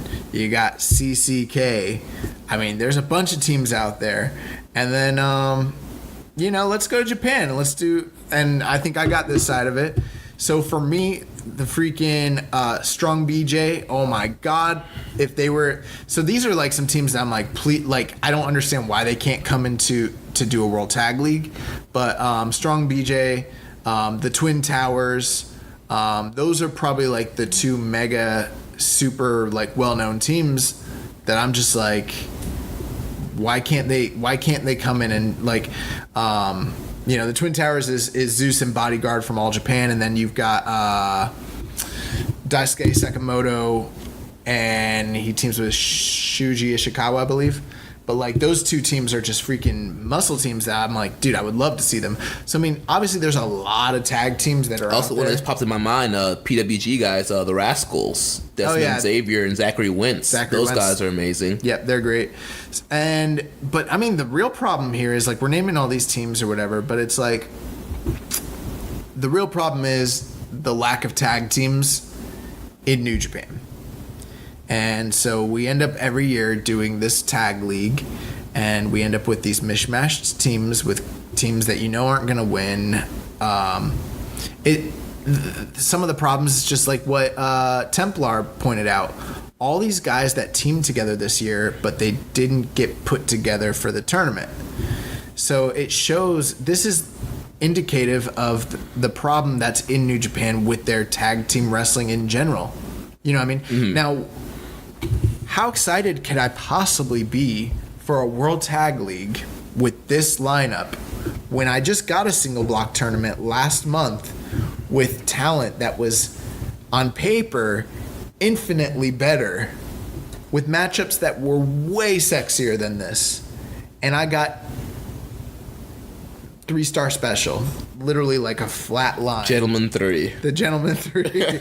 But it was like literally a flat line, like literally life support. And I'm supposed to get excited for a bigger tournament with this lineup, which it's so, I mean, like, we're not even going to do a prediction tournament because it's easy. This is easier than the last one. Yeah. So yeah, I'm just I will say this though, on a positive note, because this tournament has produced a lot of little gems.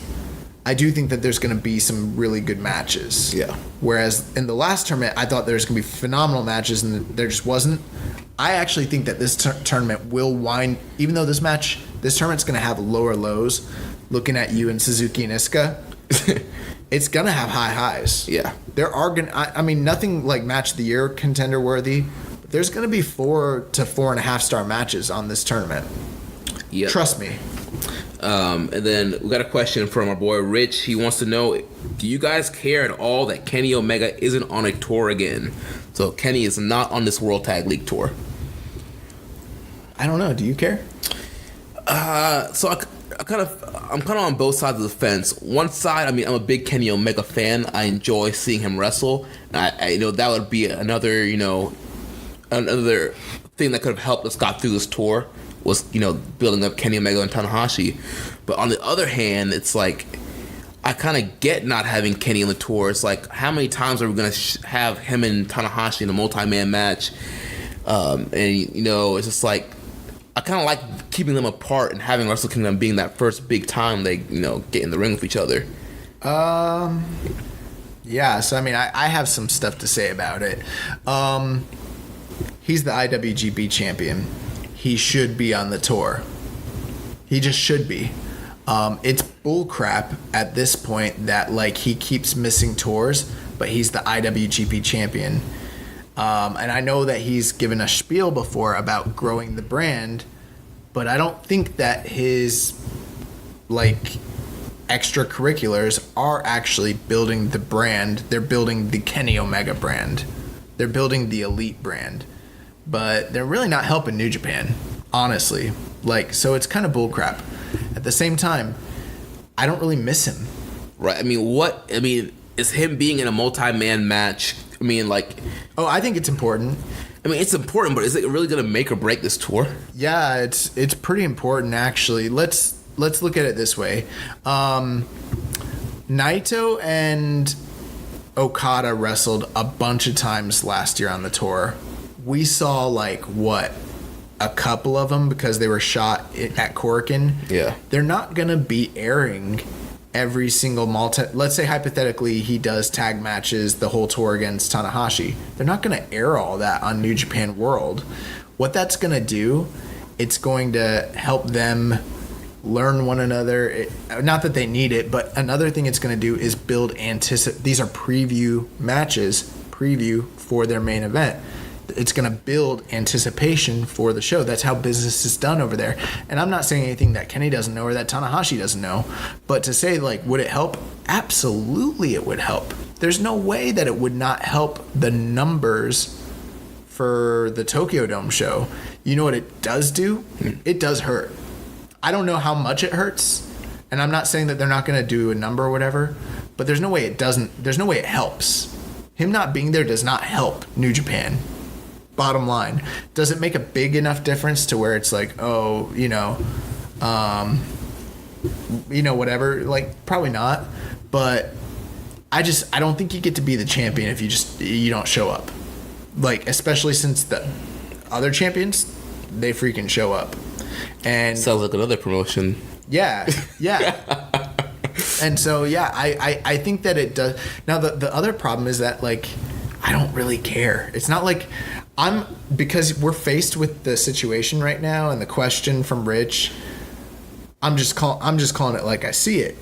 But I'm not in my room or, going through my day thinking like, I can't believe Kenny's missing this tour.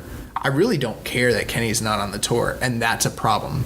I should care that Kenny's not on this tour. Yeah. I should really be pissed, and I should, like, be wanting to see him, but I'm like, at this point, I'm kind of like, I don't care. I don't care if Kenny wins in the Tokyo Dome. I don't care if Kenny comes back next year. Like, it's whatever. And that's the problem. I wouldn't go that far to say I don't care if he doesn't come back this year, but... Oh, I don't. I'm apathetic to it. Do I want him to come back? Absolutely. Is it better for business? Absolutely. Kenny moves the needle. Like, he's big business. But as a fan, I just kind of don't care. Like, and it's not necessarily all his fault, but it kind of... I've been getting that vibe this year, and I don't feel like I'm the only one. It's not like I'm the only. Yeah, a lot of people have been kind of down on Kenny this year. Yeah, so it's crazy, and he's probably going to be Wrestler of the Year. Kenny's going to be Wrestler of the Year most likely, like in most publications and stuff. Yes, probably.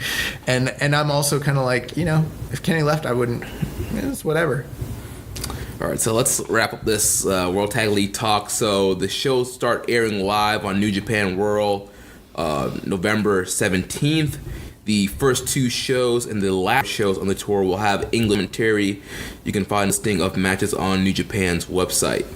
So that's our World Tag League preview. We'll be giving you Don't forget, we're getting Lanny Poffo. Oh my.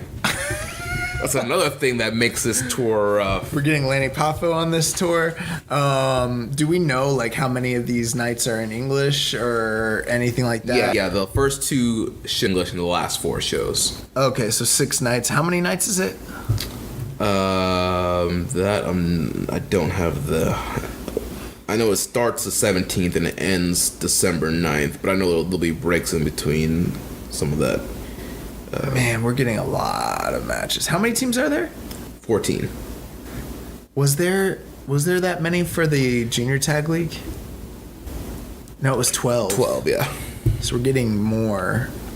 So it's like they're finessing us because they're getting more matches than they did last year's tournament with less teams. Yeah. And they're doing more nights. Yeah.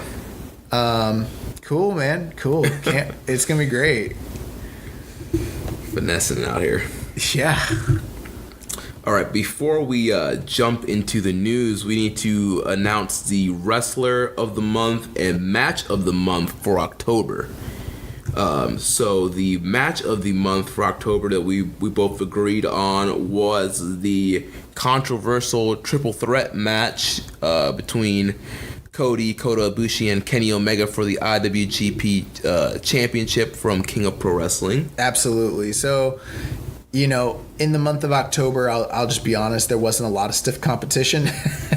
It really came down to what you liked best off of King of Pro Wrestling. And that was match of the night, and according to both of us. I wouldn't call it a match of the year contender, but it's a good match. But it was the best match on the card. And it's the best match in October. Yeah. And then for the Wrestler of the Month, we both agreed that it is Shingo Takagi. Made his big debut, King of Pro Wrestling, and then they spent the whole Super Junior Tag League in October building him up, getting him over, getting the fans accustomed to him. Yeah, so I mean, I don't think anybody made as much of an impact or was highlighted quite as much as Shingo. The only other two directions I was kind of torn to go when it came to Wrestler of the Month was I thought maybe we just do LIJ as a unit, but it didn't seem like it was about him and Bushi as much as it's the Shingo show. Mm-hmm. And then I was very close to considering that we should name Roppongi 3K because they had an outstanding month. They had some of the best matches on the tour, but when it was all said and done, it was all about Shingo in October. Yeah, Shingo show. So Shingo, congratulations, Shingo-tober. Shingo-tober. Yeah, that's our that's gonna do it for the Wrestler of the Month and the Match of the Month. And at this point, I'm guessing we're pretty much like locked. I mean, I know we talked about like doing cutting off our voting options in at the end of November, but with the World Tag League starting, I feel like we should just pretty much go from Tag League to Tag League.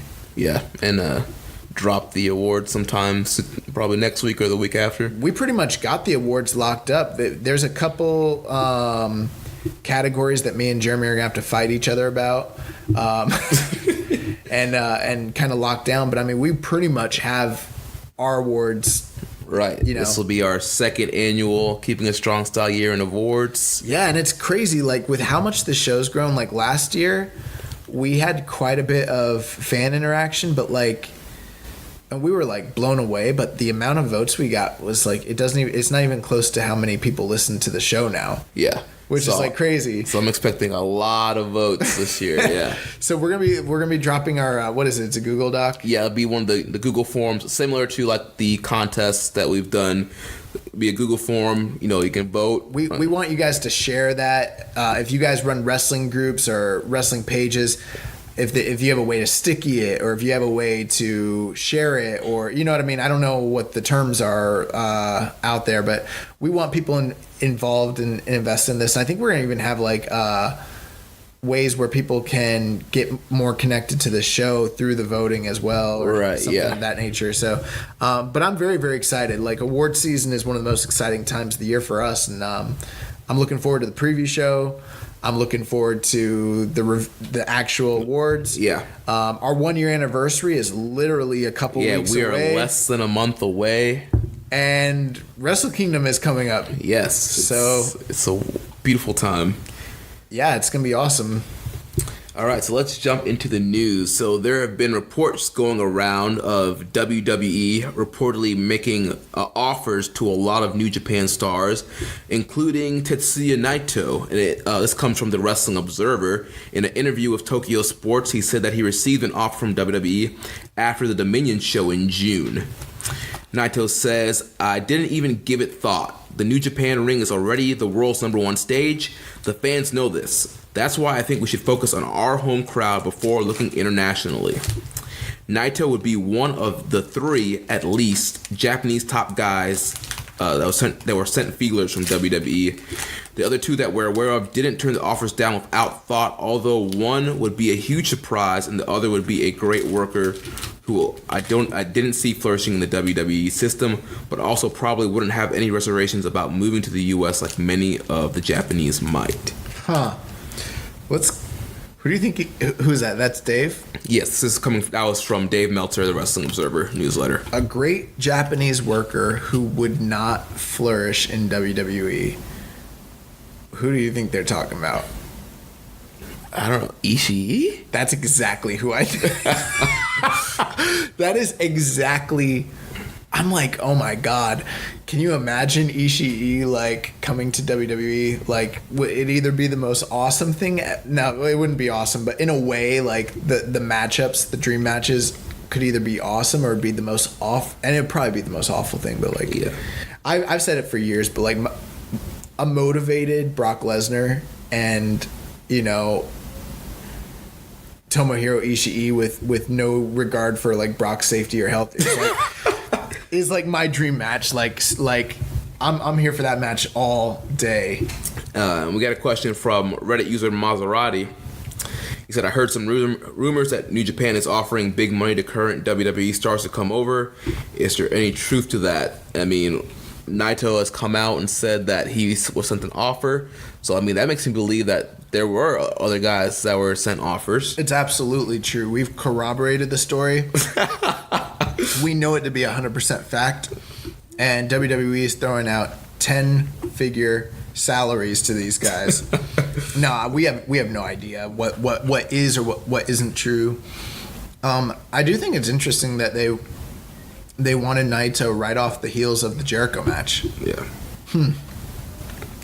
Maybe there's something working with that guy that makes you look like a star. Oh, you know what? I interpret his question wrong. So he was asking about New Japan sending offer to WWE stars, not WWE sending offer to New Japan stars. There was reports that they've been trying to reach out to WWE guys. Yeah.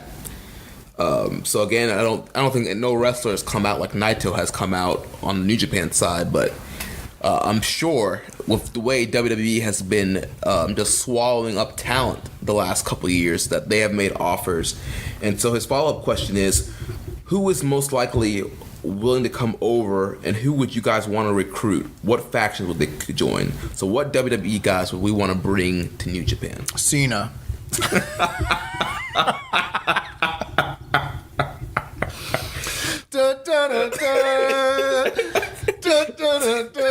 The champ is here. Oh my gosh. Yo, he's got that new like Street Fighter finishing move. He can bust that out. Super strong style, you know? Oh my gosh. He lives in China, bro. It's a hop, skip, and a jump away. Like he can get there at no time. Super cheap. Makes all the sense in the world. Yeah, he would be my top choice. I mean, obviously, you got to start with the guys that have New Japan history. I mean, I would love to have an AJ Styles back in New Japan, Shinsuke Nakamura, Carl Anderson, Lesnar, Tenzai. All the legends. Oh my god. But as far as like newer guys, I mean, I would love a Samoa Joe. I think, yeah, I would. Oh my god! And if he would have to be in a faction, I would put him probably in Suzuki-gun. Taguchi Japan, the elite. So no, I think the going back to the report, just want to touch on it. The whole thing is that Dave had said that they're willing. Or that the allegation is that New Japan is willing to pay top dollars to get guys that they think would draw well in New Japan, similar to like the deal that they gave to Jericho. So we're talking big money for very few dates. Not saying it would be like 1 or 2 times a year necessarily. We don't know all the details, but yeah, I mean, if you're Nakamura and you're over there, working in WWE, and you get a chance to come home to your home promotion, and you've already done everything you're going to do in WWE, I mean, why not come back for less dates and more money? Right.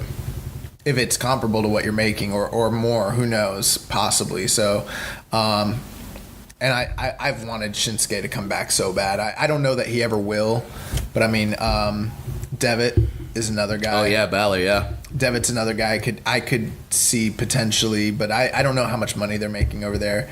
Do you think that there's like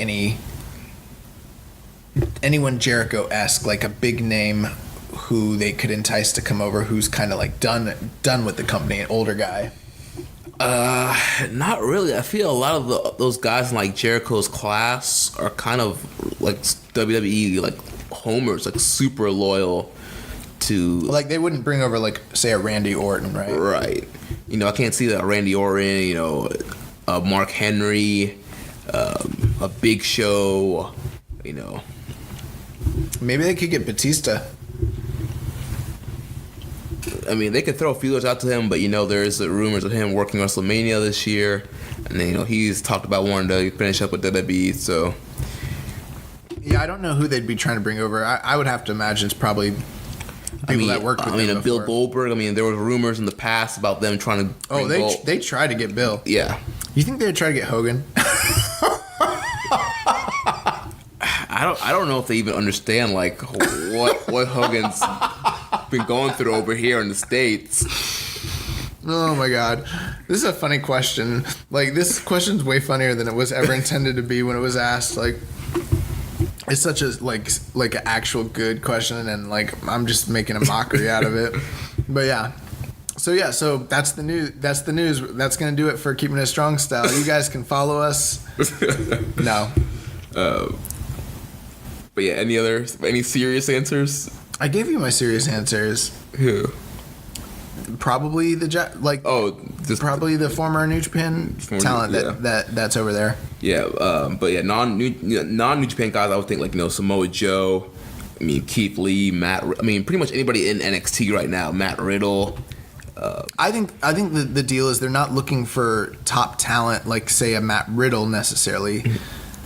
I think they're looking for a name. Yeah. But I'm just saying, like, if I was the one, like, if they were like, Jeremy, we want you to go pick scout talent. Oh, I mean, I've been saying for years, like, Samoa Joe's always my guy that I would bring. I mean, Joe just fits like a glove in New Japan. So yeah, I mean, that's my dream guy. I want him to be in New Japan. Absolutely.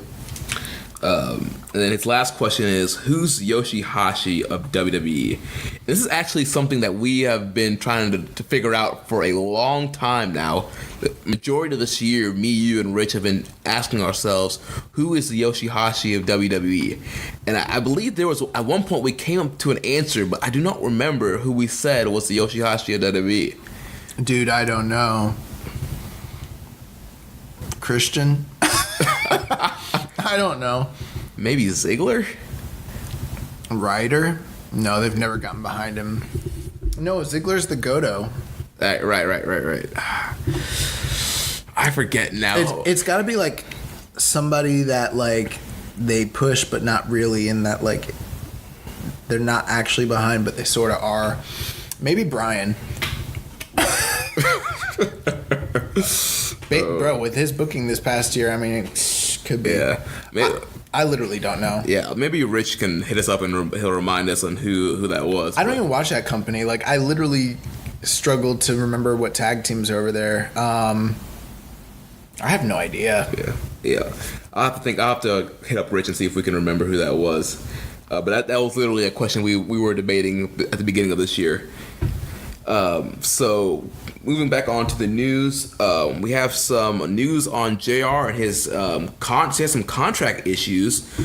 So due to a contract issue, he will be off the Access New Japan show from December 31st to March 31st, which means the Tokyo Dome show as well.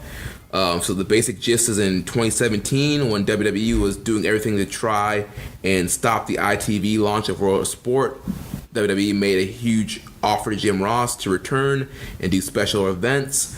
But because Ross was already under contract to Access until the end of 2017, that was part of the deal that he would be allowed to honor his existing contract. So you had him working for both of those companies.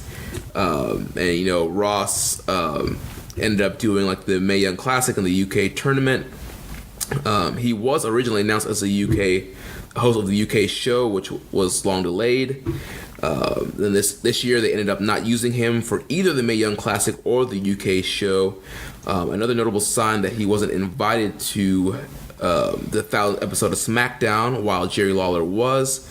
However, WWE and Vince McMahon personally gave Ross the okay to sign for 2018 to continue with New Japan on Access.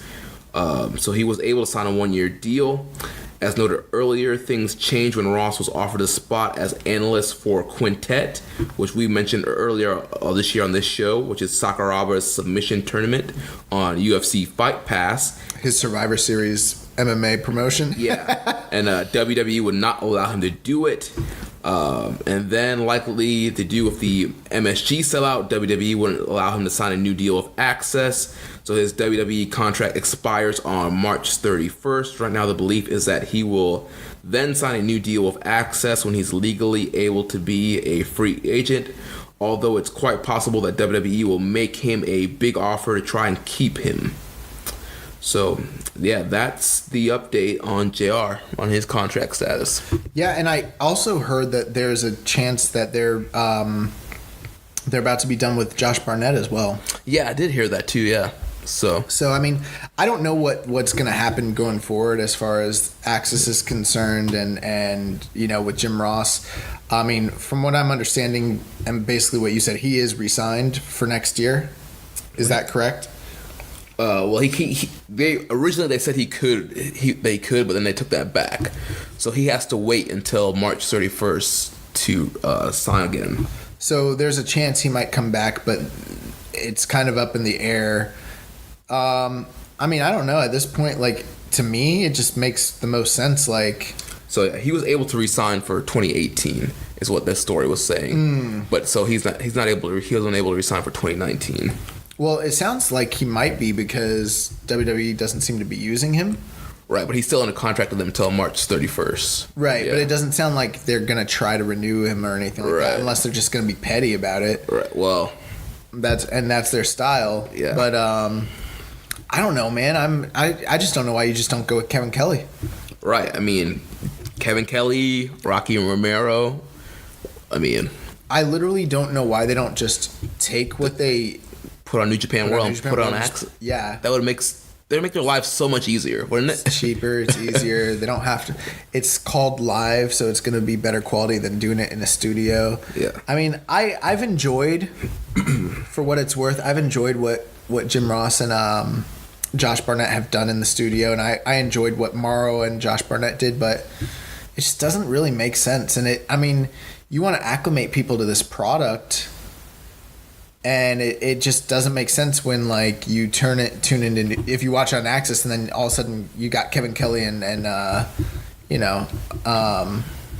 what's Cyrus, right? Don Callis, yeah. Don Callis.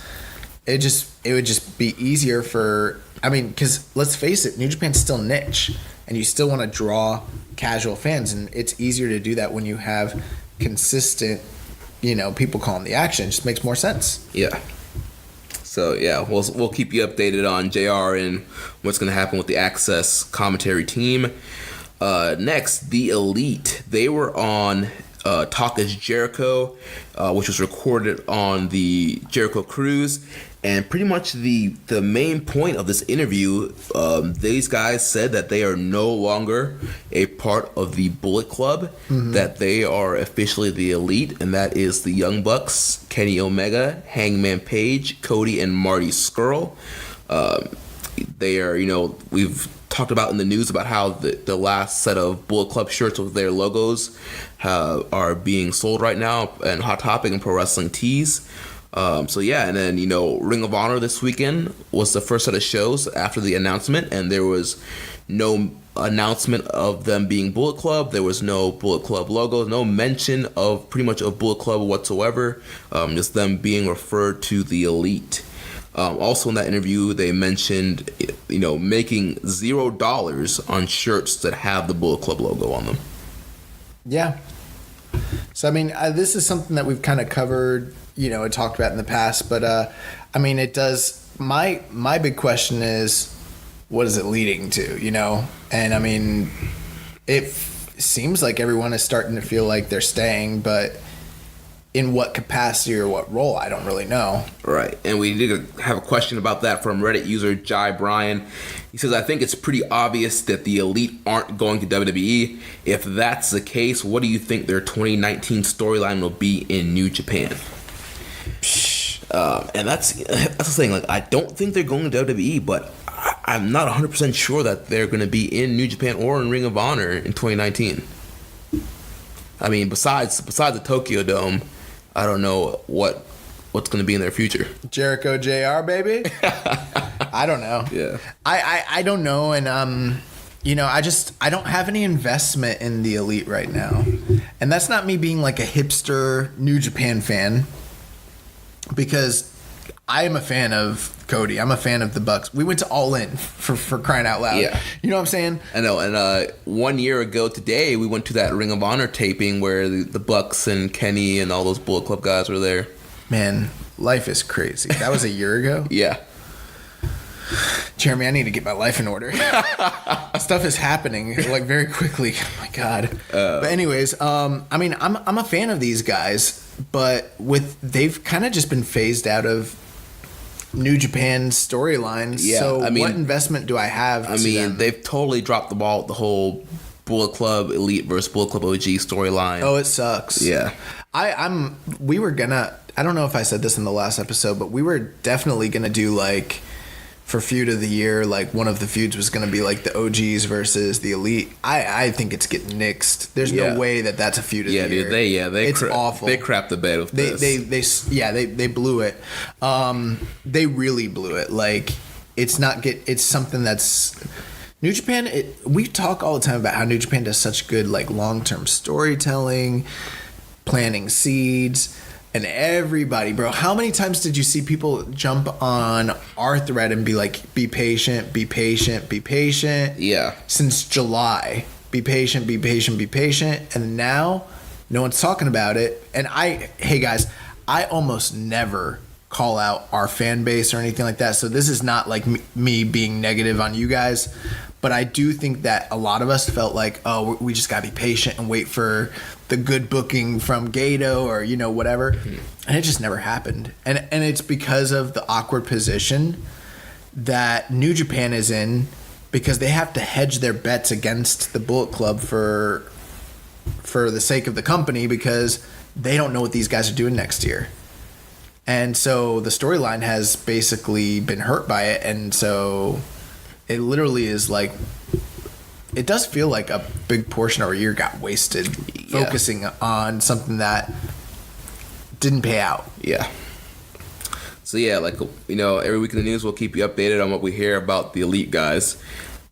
This weekend, Ring of Honor and New Japan presented Global Wars on Honor Club. There was 4 nights. All 4 nights are up on Honor Club. I watched all 3 nights. I watched part of night 4. I highly recommend that you watch Naito and Sonata versus Young Bucks, Time Machine, Kushida and Chris Sabin versus Young Bucks, and the match from Toronto, which was changed, Trent Beretta versus Juice Robinson. All 3 of these matches above 4 stars and worth a watch. So on that Global Wars tour, on the 4th night in Toronto, it was supposed to be Cody defending the IWGP US title against Beretta on that night. But on night 3, Cody got a knee injury when he was teaming with Hangman Page against the Briscoes, and was unable to compete in the tournament or in the title match. So they replaced it with they replaced Cody with Juice Robinson, and then they had that banger of a match, and Juice Robinson ended up getting the win over Trent Beretta. And after he got the win, he got on the mic and he called out Cody. He said, "Cody, I'm coming for that title." So it looks like the plan is Cody versus Juice at Wrestle Kingdom. And then a few hours ago, Cody, he had an MRI this morning, and he tweeted out, he said, "Good news is my doctor is fairly confident that my MCL, PCL, and ACL are structurally sound. Bad news is the meniscus is fairly damaged, gonna require a scope. No dates will be adjusted at the moment. I will definitely still compete in the Final Battle main event and at Wrestle Kingdom." So Cody fans, not to worry. Floyd from Indie Wrestling Podcast, our buddy Floyd, I know he's a big Cody fan and was worried about that. He loves Cody, but Cody's going to be okay. Dude, Floyd, no, listen. Floyd loves Cody. Like, I did not realize how deep Floyd's love was for him until I listened to him talk about the NWA 70th. I was listening to their show and he was giving like the live review, and like I was like, oh wow, dude, he loves Cody. Like, that's his boy. Like, that's his like ride or die. Yeah. But yeah, I'm glad that Cody is gonna be able to make it to the big shows. I hope he gets better. You mentioned some of the like recommended stuff, but I heard that like the Bucks job to like. I heard they jobbed to like Bully Ray. Yes, on night 1, the Young Bucks lost to Bully Ray and Silas Young. Oh man, Hey. Yeah, I mean, there were some other good matches on this tour, but those were the 3 matches. I still need to finish night 4. But yeah, those are the recommended matches. And if you want to see what I think about matches and rating, there's this cool new app out called Grapple. I'm sure you heard about it on Voices of Wrestling, where you can rate and review matches. I've been plugging away and I've been rating a lot of these New Japan matches, and these Global Wars matches are up on my profile. You can follow me and check out my star ratings. How can they find you?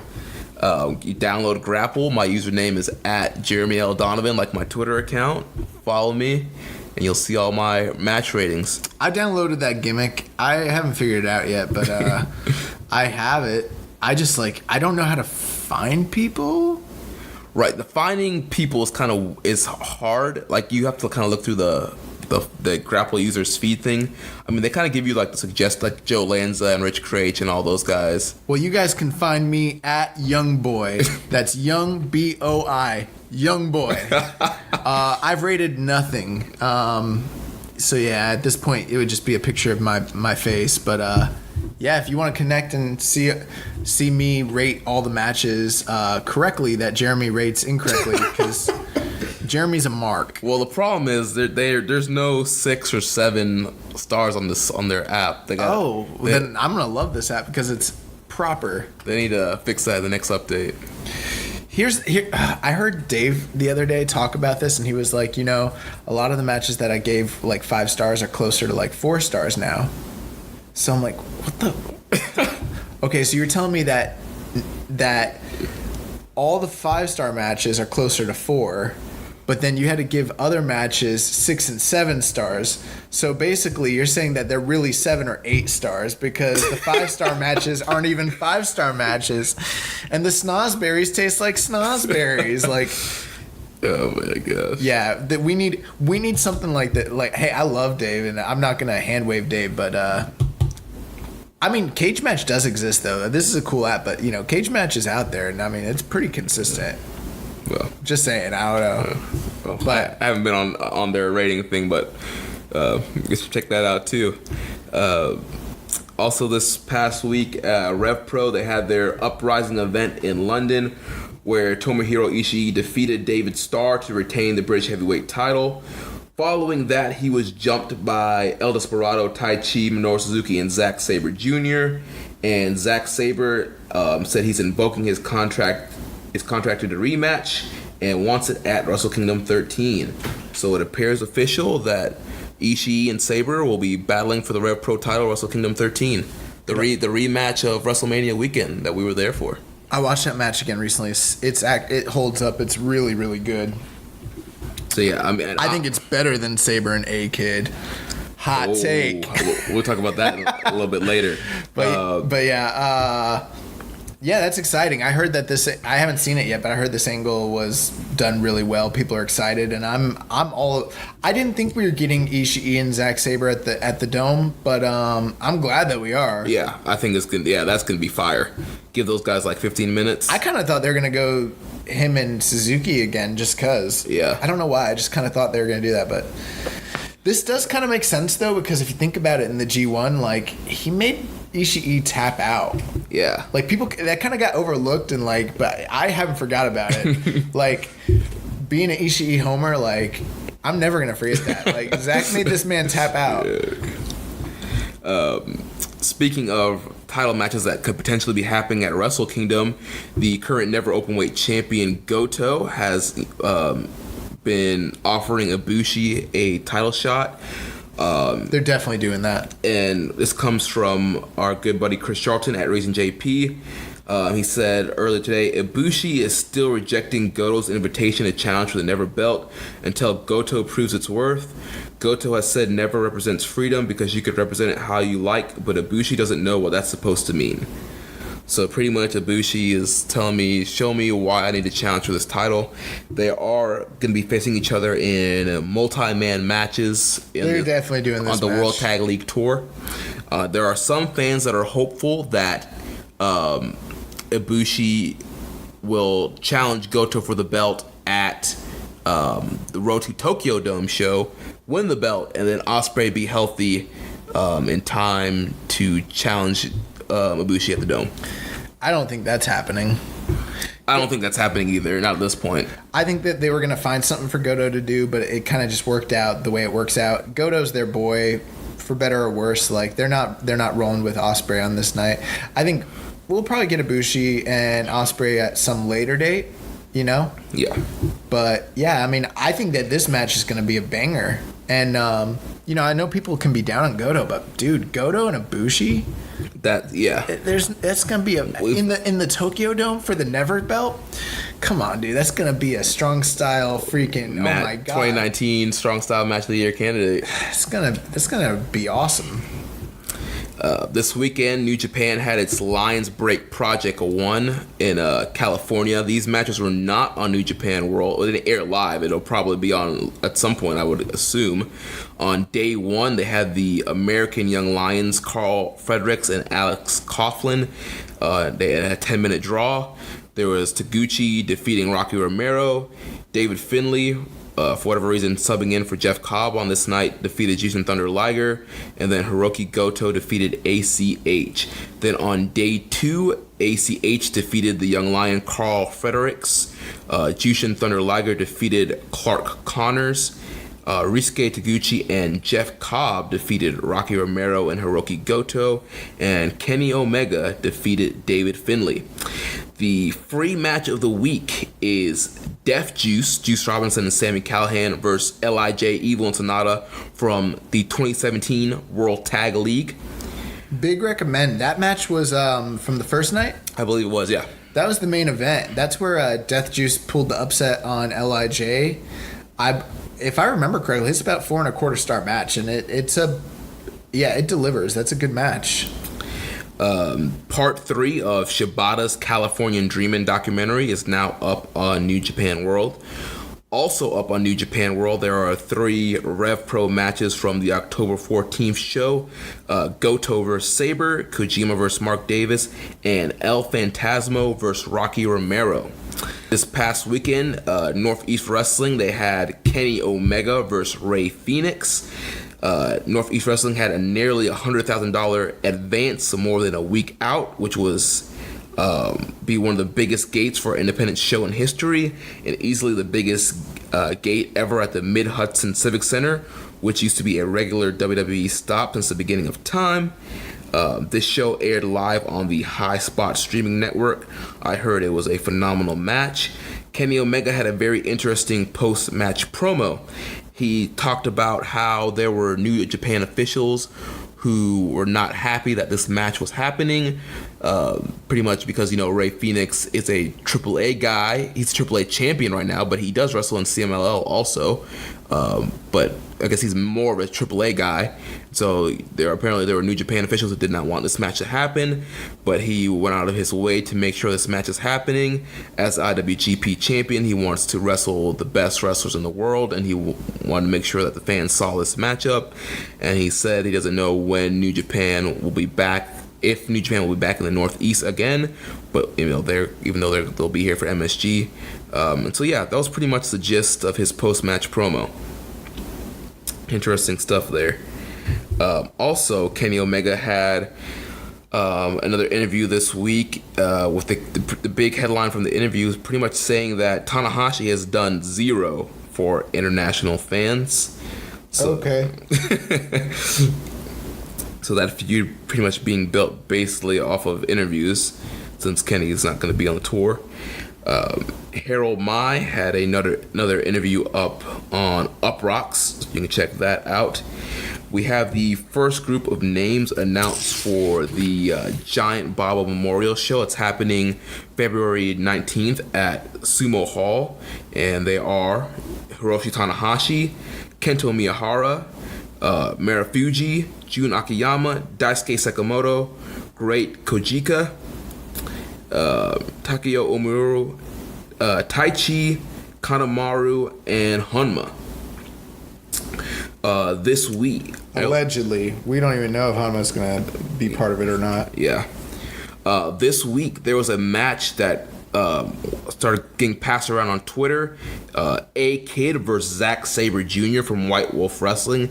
This match happened a couple of months ago, but it just started surfacing due to Joe Lanza from Voices of Wrestling tweeting about it, rating it 4.75. Dave Meltzer then tweeted about it, said it's a phenomenal matchup. And since then, everybody's been watching this match. And Josh, you and I and Rich, we watched this match this weekend. I thought it was a very good match. I don't think it was 5 stars. I think I would have rated maybe 4.5. But I thought it was a great match though. Yeah, I thought it was really good. I do feel like, and maybe I'm giving myself away. It's like there's a couple things that have to happen for a match to get really high rating for me. I either need to get that epic feel. You know what I'm talking about? That epic, oh my god, we're talking like Okada, Tanahashi, Omega level, like epic. I need to have some sort of emotional attachment to it, for instance, the Golden Lovers versus the Young Bucks from this past year, like that storytelling, that, you know what I'm talking about? Yeah. Or it needs to be really violent, or it needs to be extremely the physicality or the acrobat or something. There needs to be something that pushes it over the edge. And that match, I watched it and I was very impressed, and I thought it told a great story. It reminded me a lot of Zach coming in a similar role to the traveling champion, like a Ric Flair back in the 80s, coming to say Mid-South and wrestling like a Terry Taylor. No offense to A-Kid, because he is a talent, but it reminded me of that sort of vibe. But at the same time, I just wasn't that emotionally invested into it. I thought it told a nice little story, but I didn't think it got to people were calling it 5 stars, and I was like, oh, there's no way that's a 5-star match. Yeah, I didn't think it was 5 stars either. I watched the G1 this year. I saw the whole G1. There's no way that, but it's a very good match. I would definitely recommend it. High recommendation. Yeah. But yeah, I think it's a little overhyped though. I'll be honest with you. Yeah, I mean, I enjoyed it. I thought it was a great matchup. I loved it, but I don't think it was 5 stars. I think Zach's had a lot better matches in just New Japan this year. Well, what would you rate it? 4.25. Yeah. Maybe 4.5. I mean, I don't know. I wasn't having the greatest night in the world that night, so it's not maybe if I rewatched it, I would like it again, and I would rewatch it. But yeah, people were 4.75, 5 stars, and I was like, there's no way. Yeah. Another match that came out this weekend was Walter versus Will Ospreay from OTT. That match is awesome. I saw parts of it. I didn't get to watch the whole thing. That match is okay. So watch Walter and Zack Sabre, and then watch Sabre. I'm sorry, Walter and Ospreay, and then watch Sabre and they're day and night. They're totally different styles. But you tell me that that's a 5-star match, and then watch Ospreay and Walter, and I'll be like, okay. And I don't think Ospreay and Walter is 5 stars either. But I mean, there's a big difference. There's a big difference. I did see that opening. I love the opening promo package that they did for the match. It's awesome. Yeah, it's awesome. We got some Dragon Gate stars that will be at WrestleCon, and there was a little bit of confusion about this. And originally, when it was announced, people thought that there was going to actually be a Dragon Gate show during WrestleMania weekend, but in actuality, just WrestleCon is working with Dragon Gate to bring Dragon Gate stars to wrestle on WrestleCon shows. So they'll be wrestling on the WrestleCon Super Show, Joey Ryan's Penis Party. All the WrestleCon shows will have some Dragon Gate guys on the show. So more than likely, I'm assuming Pac and a couple of their big stars will be showing up here. Yeah. And then last thing I have in the news, a new Being the Elite dropped this week. And, the main emphasis continuing the whole story of Triple H, sending the Elite guy stuff. Hangman Page has, been doing detective work, actually watching back old Being the Elites to see, Kenny getting sent the Rumble invitation, Cody being sent the Stardust suit. And then Cody was kind of under a trance because on last week's episode, quote unquote Triple H, came after Cody, and so now on this episode, Cody's just been spouting WWE facts that they usually put up in between commercial breaks, like SmackDown, second longest, most weekly episodic show. Yeah, that was pretty funny. I thought it was hilarious. Also, they had some stuff with SCU that was pretty funny. So yeah, overall, another good episode of Being the Elite. Nah, man, they got to start forwarding some storylines, or I'm not. Or there was also the Flip Gordon grabbing the brass ring thing. Was they're pushing that? I don't know. I feel like because they can't give away what they're doing, they're just like it's just filler content. Yeah. I'm watching it and it's funny, but it's not like step it up, boys. There was a funny spot I popped where the whole clock gimmick they've been doing, and Hangman checks his boot and the phone's in there with the countdown clock. And then Flip Gordon walks by. He's like, "Oh, you got one of those too? Mine says 2 years." Yeah, he just signed a contract extension for 2 years. That's pretty funny. Yeah. And so we have a few questions left to close out the show. Oh, nice. So Twitter user @D7Doggy asked about the winner of the Pick'em contest for Super Junior Tag League. So I mentioned last week I reached out to the two winners via email. So if you didn't get an email from me, you were not the winner. We had two winners. I reached out to them already, and one was a lady named Andrea, who's getting a Jay White t-shirt, and the other person was from India. We have girl listeners? Yeah. That's awesome. And the other person from India, and they want a Evil and Sonata shirt. So yeah, we got our winners for the contest. That's cool. That's actually really cool. I know, it's not one of our listeners that one lives overseas. Yeah, who was that? Did you say India?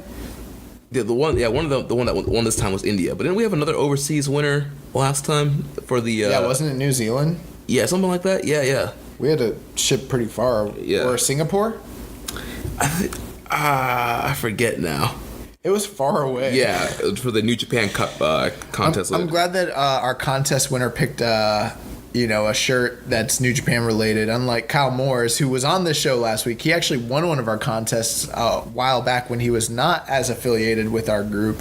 And he got that Rusev. He got a Rusev Day shirt. I'm like, come on, dude. Yeah. But that's pretty funny. Yeah, so both winners got New Japan shirts. One wanted Jay White, the other wants Evil and Sonata. Then his second question, he says, how long is Ospreay out?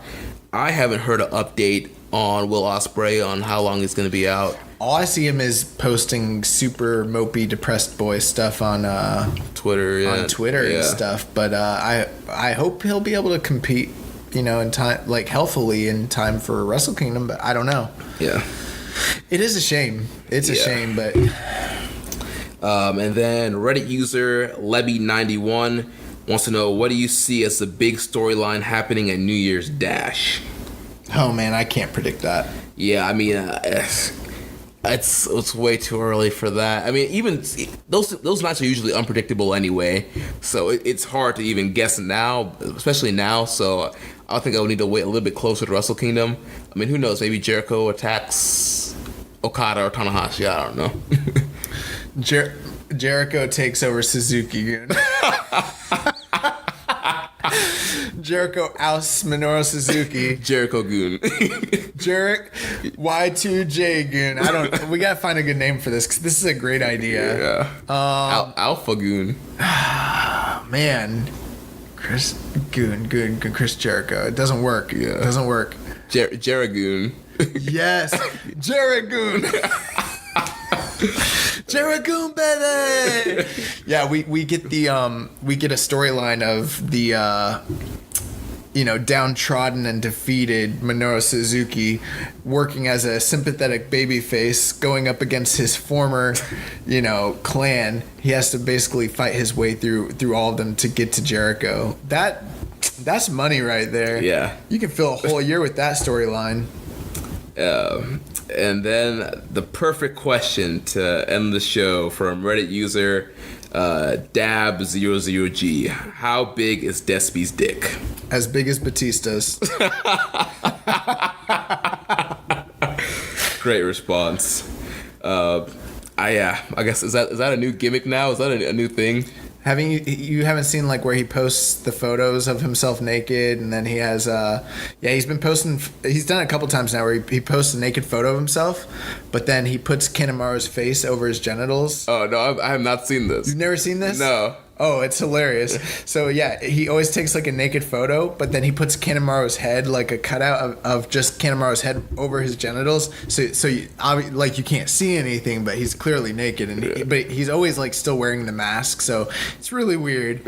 Some avant-garde stuff right there. Gotta keep the gimmick on at all times, pal. I guess so.